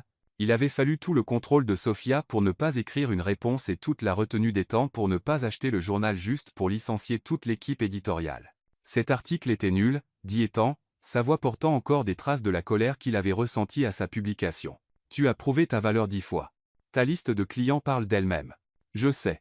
Et honnêtement, les critiques m'ont poussé à travailler encore plus dur pour prouver qu'ils avaient tort. Il y a quelque chose de satisfaisant à réussir malgré les faibles attentes des gens. Très satisfaisant, acquiesça Ethan. Surtout quand ces gens doivent ravaler leurs mots publiquement. As-tu vu l'article de Forbes sur toi la semaine dernière? Sophia sourit. Étoile montante dans le conseil en entreprise, Sophia Martinez Stonewall prend d'assaut l'Amérique des affaires. Je les peux, être encadré. Comme tu devrais, dit Ethan avec un sourire. Bien que ma partie préférée était quand ils t'ont appelé une stratège redoutable avec une compréhension intuitive de la dynamique organisationnelle et un manque rafraîchissant de prétention. Ta partie préférée était quand ils ont mentionné que l'efficacité de ton entreprise a augmenté de 23% depuis la mise en œuvre de mes recommandations. Ça aussi, admit Ethan avec un sourire. J'aime être marié à quelqu'un de plus intelligent que moi. Tu aimes être marié à quelqu'un qui te défie, corrigea Sophia. Il y a une différence. Les deux, dit Ethan, se penchant pour l'embrasser doucement. J'aime être marié à toi. Point final. Le baiser aurait pu mener à quelque chose de plus intéressant, mais le téléphone de Sophia choisit ce moment pour sonner avec la sonnerie d'Isabella. Ta sœur a un timing impeccable, murmura Ethan contre ses lèvres. Toujours, dit Sophia, s'écartant à contre-cœur pour répondre. Salut, Bella. Sophia, Dieu merci, j'ai besoin de ton aide avec maman, dit la voix d'Isabella. Sophia mit le téléphone sur haut-parleur pour qu'Ethan puisse entendre. Au cours des 3 derniers mois, il était devenu un favori de la famille de Sophia. Malgré leur choc initial face à sa richesse et son statut, Isabella en particulier s'était attachée à lui après qu'il eut discrètement organisé un don substantiel anonyme pour le programme artistique de son école sous-financée. Qu'est-ce qui ne va pas avec maman? Demanda Sophia. Elle planifie votre pendaison de crémaillère depuis 3 semaines, et je pense qu'elle fait une crise de nerfs. Elle n'arrête pas de me demander si elle devrait servir des empanadas, ou si c'est trop ethnique pour les amis chics d'Ethan. Sophia et Ethan échangèrent un regard. La pendaison de crémaillère avait été une idée de Sophia, une manière d'officiellement présenter leur famille et amis proches à leur nouvelle vie ensemble. Mais Maria Martinez avait pris la planification aussi sérieusement qu'un dîner d'État, déterminée à prouver que la nouvelle famille de sa fille était digne de respect. Dis à maman que les amis chics d'Ethan peuvent manger des empanadas ou avoir faim, dit fermement Sophia. Et que si quelqu'un a un problème avec la culture de notre famille, ce ne sont pas vraiment nos amis de toute façon. Jaïs. Elle a dit qu'elle voulait faire bonne impression. Ethan s'approcha du téléphone. Isabella, dis à ta mère que si elle ne fait pas ces fameuses empanadas, je serai personnellement offensé. J'ai hâte d'y goûter depuis des semaines. Isabelle. Rite. Oh, tant mieux, tu es là aussi. Être que tu peux lui faire entendre raison. Elle est aussi convaincue que ta grand-mère va juger nos meubles. Ma grand-mère a grandi pendant la Grande Dépression, dit Ethan avec ironie. Elle s'intéressera plus à savoir si les meubles de ta mère sont confortables qu'à savoir s'ils sont chers. Fais-moi confiance. Voice, dis sa maman, ajoute à Sophie. Et Isabella, rappelle-lui qu'Eleanor a spécifiquement demandé la recette du gâteau très lèche de maman. Ce n'est pas quelque chose qu'on fait pour des gens qu'on prévoit de juger. Je vais essayer, mais tu sais comment elle devient quand elle est nerveuse. Sophia savait. Maria Martinez avait élevé 2 filles pour être fière de leur héritage tout en étant parfaitement consciente de la manière dont le monde pourrait les juger pour cela. Rencontrer la famille milliardaire de son nouveau gendre faisait ressortir tous ses instincts protecteurs et ses insécurités à la fois. Nous viendrons demain pour aider avec les préparatifs, promit Sophia. Ethan peut charmer maman pour la sortir de sa spirale d'anxiété, et je m'occuperai de la logistique. Parfait. Et Sophia, merci d'avoir épousé quelqu'un qui aime vraiment notre famille au lieu de la tolérer. Après qu'Isabella eut raccroché, Ethan secoua la tête avec amusement. Ta mère est terrifiée par ma grand-mère, n'est-ce pas? Complètement. Même si elle s'entendait parfaitement au mariage. Eh bien, pour être juste, Mamie Ellie peut être intimidante quand elle le veut. Tu te souviens quand elle a fait pleurer ce promoteur immobilier lors de l'enchère caritative? C'était différent. Il essayait de frauder l'hôpital pour enfants. Vrai. Ta mère n'a rien à craindre. Mamie Ellie l'aime déjà. Sophia s'adossa à la poitrine d'Ethan, sentant ses bras se refermer autour d'elle à nouveau. C'est étrange, n'est-ce pas? À quelle vitesse nos familles se sont mélangées. Étrange bon ou étrange mauvais? Étrange merveilleux. J'attends toujours que l'autre chaussure tombe, que quelque chose tourne mal. Ethan resta silencieux un moment, et Sophia pouvait le sentir réfléchir. Sophia, puis-je te dire quelque chose qui pourrait sembler fou? Après tout ce que nous avons traversé, je pense que je peux gérer le fou. Je ne pense pas que quelque chose va mal tourner. Je pense que nous allons être l'un de ces couples qui font que ça semble facile. Sophia se tourna dans ses bras pour le regarder. Qu'est-ce qui te fait dire ça? Parce que nous avons déjà survécu à la partie la plus difficile. Nous avons commencé avec un mensonge et trouvé la vérité. Nous avons traversé l'examen public, les drames familiaux, et les politiques d'entreprise. Nous avons été testés de manière dont la plupart des couples ne le sont jamais, et nous en sommes sortis plus forts. Nous sommes aussi tombés amoureux en 2 jours et mariés après 3 mois, souligna Sophia. Ce n'est pas exactement une recette pour la stabilité. Vraiment, Sophia? Nous n'avions pas le luxe de prendre les choses lentement ou de prétendre être des personnes que nous ne sommes pas. Nous devions être vrais l'un avec l'autre dès le début parce que les enjeux étaient trop élevés pour jouer. Sophia réfléchit à cela. Tu penses que la fausse relation nous a en fait aidé à construire une vraie? Je pense que ça nous a forcés à être honnêtes sur ce que nous voulions et qui nous étions. La plupart des couples passent des mois ou des années à se révéler soigneusement l'un à l'autre. Nous avons dû plonger directement dans le grand bain. Et tu penses que c'est mieux pour nous? Oui, Sophia. Je savais que je voulais t'épouser après une semaine. Pas à cause d'un fantasme romantique, mais parce que je t'avais déjà vu gérer la pression, te défendre, charmer ma famille, et me défier d'être meilleur. Je t'avais vu en colère, nerveuse, confiante, et vulnérable. La plupart des gens n'ont pas une image aussi complète avant des années ensemble. Sophia sentit des larmes lui piquer les yeux. Quand tu le dis comme ça semble presque rationnel. Presque, acquiesça Ethan avec un sourire. Bien que je ne sois toujours pas sûr de comment nous expliquerons à nos futurs enfants que maman et papa sont tombés amoureux parce que papa avait besoin d'une fausse petite amie pour éviter un mariage arrangé, nous trouverons quelque chose, dit Sophia, se mettant sur la pointe des pieds pour l'embrasser. Peut-être leur dirons-nous que c'était le coup de foudre. Était-ce le cas? Sophia repensa à ce premier matin dans le bureau d'Ethan quand il avait fait irruption, ressemblant à un ouragan ébouriffé et frustré. Elle se souvenait du moment où leurs regards s'étaient croisés, de l'étincelle immédiate de conscience, de la manière dont il l'avait regardée comme si elle était une énigme qu'il voulait résoudre. Être pas l'amour au premier regard, dit-elle lentement. Mais définitivement une reconnaissance, comme si une partie de moi savait que tu allais être important. Yele ressenti aussi, admit Ethan. Même avant de t'embrasser, il y avait quelque chose chez toi qui semblait familier, comme si je t'avais attendu sans le savoir. Ils restèrent là un moment, enveloppés l'un dans l'autre et dans le calme contentement de leur vie ensemble. Dehors, la ville bourdonnait de son énergie habituelle, mais à l'intérieur de leur maison, tout semblait paisible et juste. Ethan. Dit finalement Sophia. Sauf. J'ai quelque chose à te dire. Ethan s'écarta pour la regarder, notant la légère nervosité dans sa voix. Quelque chose de bon ou de mauvais? Quelque chose de bon. Je pensais. J'espère. Sophia prit une profonde inspiration. J'ai reçu un appel d'Abigail aujourd'hui. Les sourcils d'Ethan se haussèrent. Abigail Thornton? Que voulait-elle? M'offrir un emploi. En fait, l'entreprise de son père cherche un consultant stratégique pour une expansion majeure, et elle m'a recommandé. Ce serait un contrat énorme, Ethan. Assez grand pour établir ma firme comme un acteur majeur dans l'industrie. L'expression d'Ethan resta soigneusement neutre. Et comment te sens-tu à l'idée de travailler avec Abigail? Honnêtement, je pense que ça pourrait être bénéfique pour nous deux. Elle est brillante dans ce qu'elle fait, et je respecte son professionnalisme. De plus, il y a quelque chose de poétique à ce qu'elle m'aide à réussir après avoir initialement essayé de me détruire. Veux-tu accepter le poste? Sophia scruta son visage à la recherche d'un signe d'inconfort ou de jalousie. Veux-tu que je l'accepte? Je veux que tu fasses ce qui te rend heureuse et t'aide à construire la carrière que tu veux. Si cela signifie travailler avec mon ex-presque fiancé, je gérerai toute bizarrerie qui pourrait survenir. Il n'y aura pas de bizarrerie, dit Sophia avec confiance. Abigail et moi sommes en quelque sorte devenus amis. Elle m'envoie des articles sur la stratégie d'entreprise, et je lui envoie des mises à jour sur mes projets. C'est agréable d'avoir une autre femme à qui parler qui comprend le monde de l'entreprise. De plus, elle connaît probablement tous les potins de notre cercle social, ajouta Ethan avec amusement. Ça aussi. Savais-tu qu'Elizabeth Morrison a une liaison avec son professeur de tennis? Je ne le savais pas, et je ne suis pas sûr de vouloir le savoir, Sophia rit. Désolé. Mais sérieusement, Ethan, je pense qu'Abigail et moi avons trouvé un moyen d'être amis. Elle n'est plus la même personne qui nous a confrontés au plaza. Les gens changeant, acquiesça Ethan.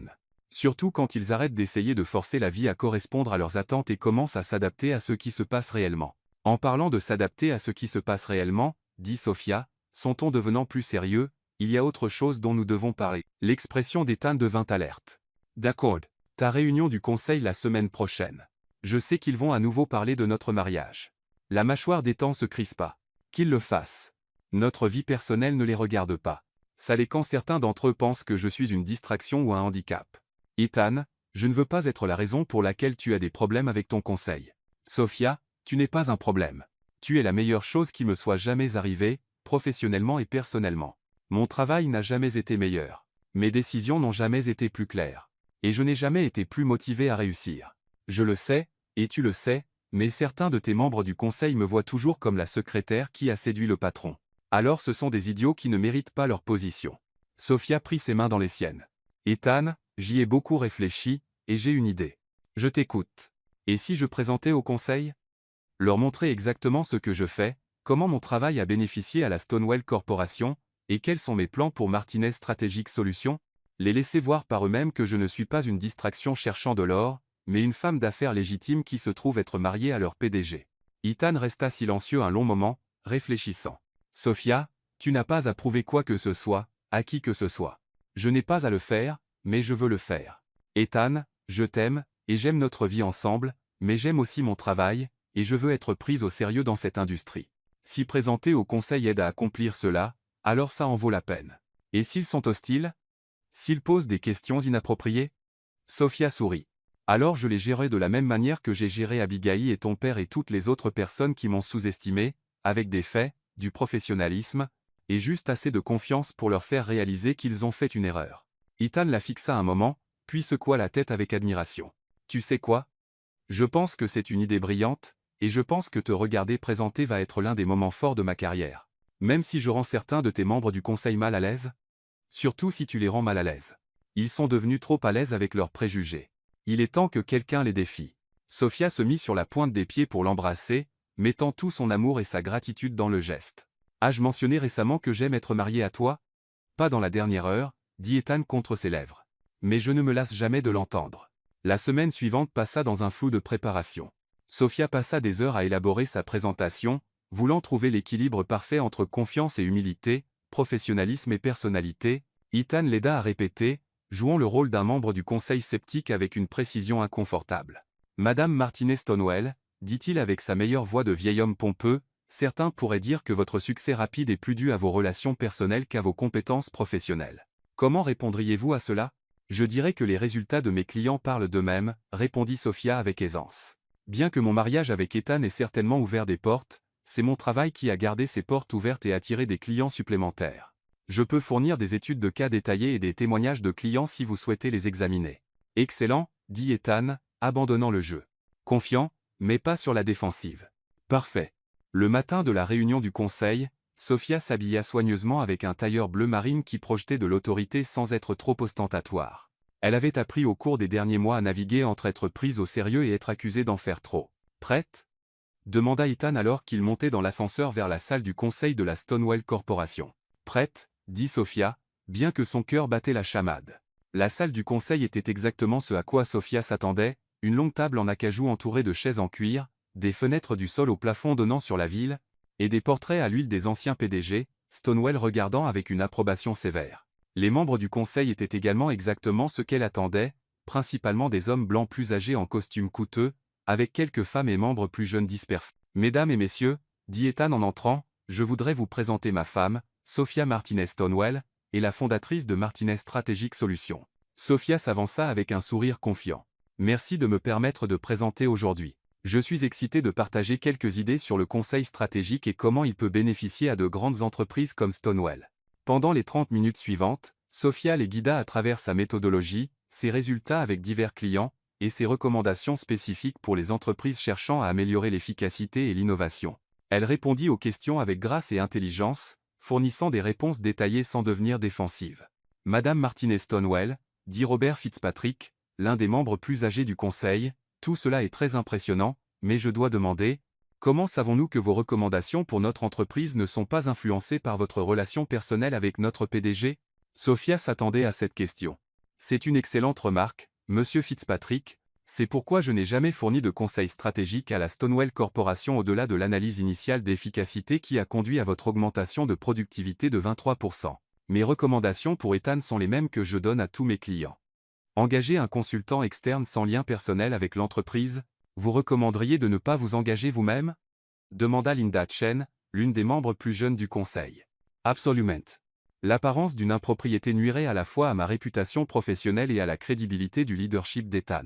Cependant, je serais ravi de recommander plusieurs excellents consultants qui pourraient fournir l'analyse stratégique dont la Stonewell Corporation a besoin pour son expansion à venir. La salle resta silencieuse un moment alors que les membres du conseil absorbaient cela. Sophia pouvait voir la surprise sur plusieurs visages. Il s'attendait clairement à ce qu'elle essaie de tirer parti de son mariage pour des opportunités d'affaires. C'est assez rafraîchissant, dit Margaret Whitfield, la membre du conseil la plus ancienne.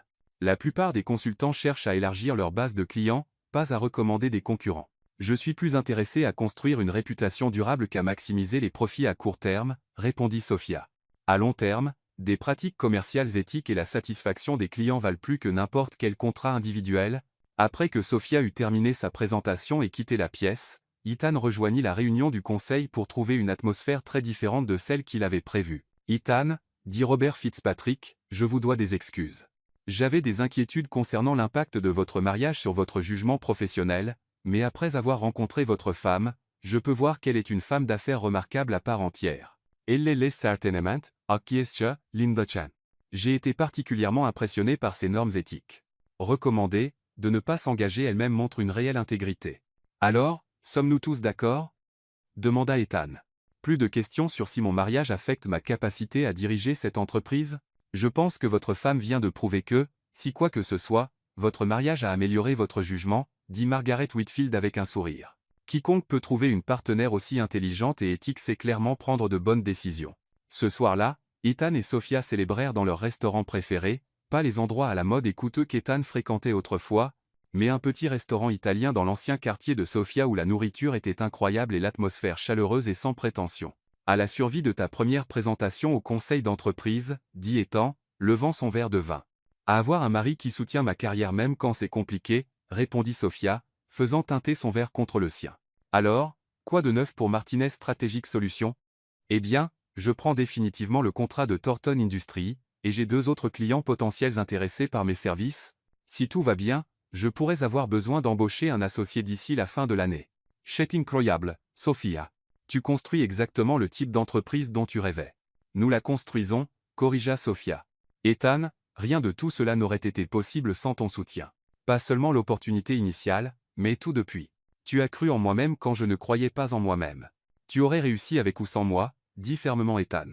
Peut-être que ça aurait pris plus de temps, mais Sophia, tu es trop talentueuse et trop déterminée pour échouer. Peut-être, mais je suis contente de ne pas avoir eu à le découvrir. Ils mangèrent dans un silence confortable pendant un moment, chacun perdu dans ses pensées. Enfin, Sophia tendit la main à travers la table pour prendre celle d'Ethan. Ethan. Oui.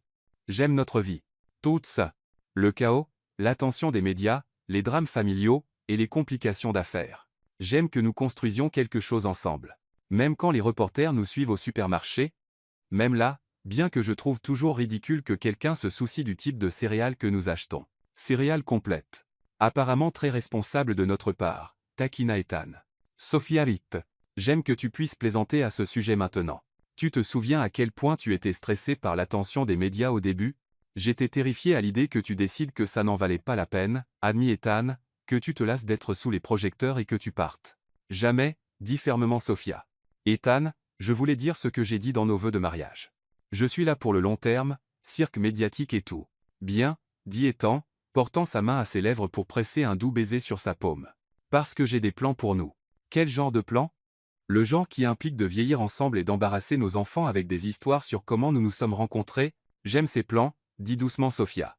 Alors qu'ils rentraient chez eux à travers les rues animées de New York, main dans la main comme n'importe quel autre couple amoureux, Sophia réfléchit à tout le chemin parcouru depuis ce premier baiser désespéré dans le bureau d'Ethan. Ce qui avait commencé comme un mensonge était devenu la chose la plus vraie de sa vie. « Ethan, dit-elle alors qu'ils atteignaient leur immeuble, tu te souviens quand tu m'as demandé ce qui se passe demain ? Bien sûr. Je pense que j'ai enfin une réponse. » Ethan s'arrêta de marcher et se tourna pour lui faire face, son expression curieuse et tendre. « Que se passe-t-il demain, Sophia Martinez-Stonewell ?» Sophia sourit à son mari, cet homme impossible qui avait changé tout son monde avec un seul baiser impulsif. « Demain, nous nous réveillons ensemble. Nous prenons un café, lisons le journal. Et nous disputons pour savoir à qui c'est le tour de faire la vaisselle. Demain, je vais travailler à construire l'entreprise de mes rêves, et tu vas travailler à diriger ton empire familial. Demain, nous dînons avec nos familles, rions aux histoires de ta grand-mère, et écoutons ma mère s'inquiéter de savoir si nous mangeons assez de légumes, et le lendemain, la même chose. Et le jour d'après, et le jour d'après encore. Ethan, demain nous serons mariés l'un à l'autre. Et le lendemain, et chaque jour pour le reste de nos vies. » Le sourire d'Ethan était radieux. « Je ne peux pas penser à quelque chose que je veux plus. Pas même une vie tranquille sans paparazzi et réunions du conseil et drames familiaux ? Surtout pas ça, dit Ethan, la rapprochant de lui. Sophia, le calme tuait. Tu as apporté du bruit, du chaos et de la couleur dans ma vie, et je ne veux jamais revenir à la façon dont les choses étaient avant. » Alors qu'ils montaient dans l'ascenseur jusqu'à leur pentouse, Sophia pensa à quel point cette folle histoire d'amour avait parfaitement fonctionné. Ils avaient commencé avec une fausse relation conçue pour résoudre les problèmes familiaux d'Ethan et fini avec un vrai mariage qui avait résolu des problèmes dont aucun d'eux n'avait réalisé qu'ils avaient. « Ethan, dit Sophia alors qu'ils atteignaient leur porte. Oui. Je pense que nous allons être dégoûtamment heureux ensemble. Absolument dégoûtant, acquiesça Ethan, déverrouillant leur porte et la tirant à l'intérieur. J'ailletais. Et alors que la porte se refermait derrière eux, fermant le monde dehors et les laissant seuls dans la maison qu'ils avaient construite ensemble, Sophia Martinez-Stonewell savait avec une certitude absolue qu'elle était exactement là où elle devait être. La fausse relation qui avait commencé avec un baiser désespéré était devenue un vrai mariage construit sur l'amour, le respect, et le type de partenariat qui rend deux personnes plus fortes ensemble qu'elles ne pourraient jamais l'être séparément. C'était, pensa Sophia alors qu'Ethan la faisait tournoyer dans leur salon sur une musique imaginaire, la fin parfaite de leur histoire d'amour imparfaite, impossible, absolument parfaite. Épilogue. 1 an plus tard. Et voilà, dit Sophia, regardant l'audience de jeunes professionnels en affaires, pourquoi je recommande toujours d'être authentique dans vos relations avec les clients, même quand, surtout quand, les enjeux sont élevés. Elle prononçait le discours d'ouverture à la conférence annuelle sur l'entrepreneuriat de Columbia, partageant les leçons qu'elle avait apprises en construisant Martinez Stratégique. Solution d'une opération solo à une firme avec 12 employés et des clients dans 3 industries. Dans l'audience, Ethan regardait sa femme dominer la scène avec la même confiance et grâce qu'elle apportait à tout le reste de sa vie. Il ressentait encore un frisson à regarder Sophia dans son élément, qu'elle présente à des clients potentiels, débatte de stratégie avec son équipe, ou charme sa grand-mère lors des dîners du dimanche. Maintenant, continua Sophia, je vais prendre quelques questions avant de conclure. Une jeune femme au 3e rang leva la main. Madame Martinez-Stonewell, il y a eu des rumeurs persistantes sur la manière dont vous avez débuté en affaires. Certains disent que vous n'avez réussi qu'en épousant Ethan Stonewell. Comment répondez-vous à cela? Sophia sourit, totalement imperturbable par la question qu'on lui avait posée sous diverses formes des dizaines de fois au cours de l'année écoulée. Je réponds en disant que mon mariage avec Ethan m'a certainement ouvert des portes, et je n'ai jamais prétendu le contraire. Mais voici le truc avec les portes, elles ne restent ouvertes que si vous prouvez que vous méritez de les franchir. Elle fit un geste vers l'écran de présentation derrière elle, qui montrait les témoignages de clients et les métriques de succès de Martinez Strategic Solutions. Mon travail parle de lui-même. Oui, être marié à Ethan m'a donné des opportunités que je n'aurais être pas eu autrement, mais garder ces opportunités, construire dessus, et créer une entreprise durable. Tout cela était une question de prouver ma valeur par des résultats. La jeune femme hocha la tête, apparemment satisfaite de la réponse. Quelqu'un d'autre? Demanda Sophia. Un jeune homme près du fond leva la main. Quel conseil donneriez-vous à quelqu'un qui lance sa propre société de conseil? Soyez prêt à travailler plus dur que vous ne l'avez jamais fait dans votre vie, dit immédiatement Sophia. Soyez prêt à remettre en question tout ce que vous pensez savoir sur les affaires et sur vous-même. Et surtout, soyez prêt à être honnête avec vos clients, avec votre équipe, et avec vous-même sur ce dont vous êtes capable. Elle marqua une pause, réfléchissant. Et souvenez-vous que le succès ne se résume pas à gagner de l'argent ou à construire une grande entreprise. Le succès, c'est créer quelque chose qui vous excite de vous lever le matin, quelque chose qui utilise vos talents et sert vos valeurs. Si vous pouvez faire cela, tout le reste suivra. Après la fin de la conférence, Ethan attendit Sophia à l'extérieur de l'auditorium, appuyé contre le mur et parcourant ses emails sur son téléphone. Il leva les yeux lorsqu'il entendit son rire familier résonner dans le couloir. « Voici ma brillante épouse, dit-il, se redressant alors qu'elle approchait. « Voici mon mari soutenant, répondit Sophia, se mettant sur la pointe des pieds pour l'embrasser. Combien de la présentation as-tu entendu? Tout. Tu étais incroyable, comme d'habitude.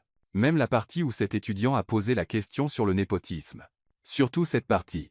J'aime te regarder gérer des questions comme celle-là avec tant de grâce. » Sophia glissa son bras sous le sien alors qu'il commençait à marcher vers la sortie. « Ça ne te dérange plus? L'implication que je n'ai réussi qu'à cause de toi. » « Ça ne m'a jamais dérangé parce que je sais que ce n'est pas vrai, dit Ethan. « Sophia, tu aurais réussi avec ou sans moi. J'ai juste la chance de pouvoir le voir de près. » Ils émergèrent du bâtiment dans l'après-midi frais d'octobre, et Sophia s'arrêta pour prendre une profonde inspiration d'aérotonal. « Puis-je te dire un secret? Toujours.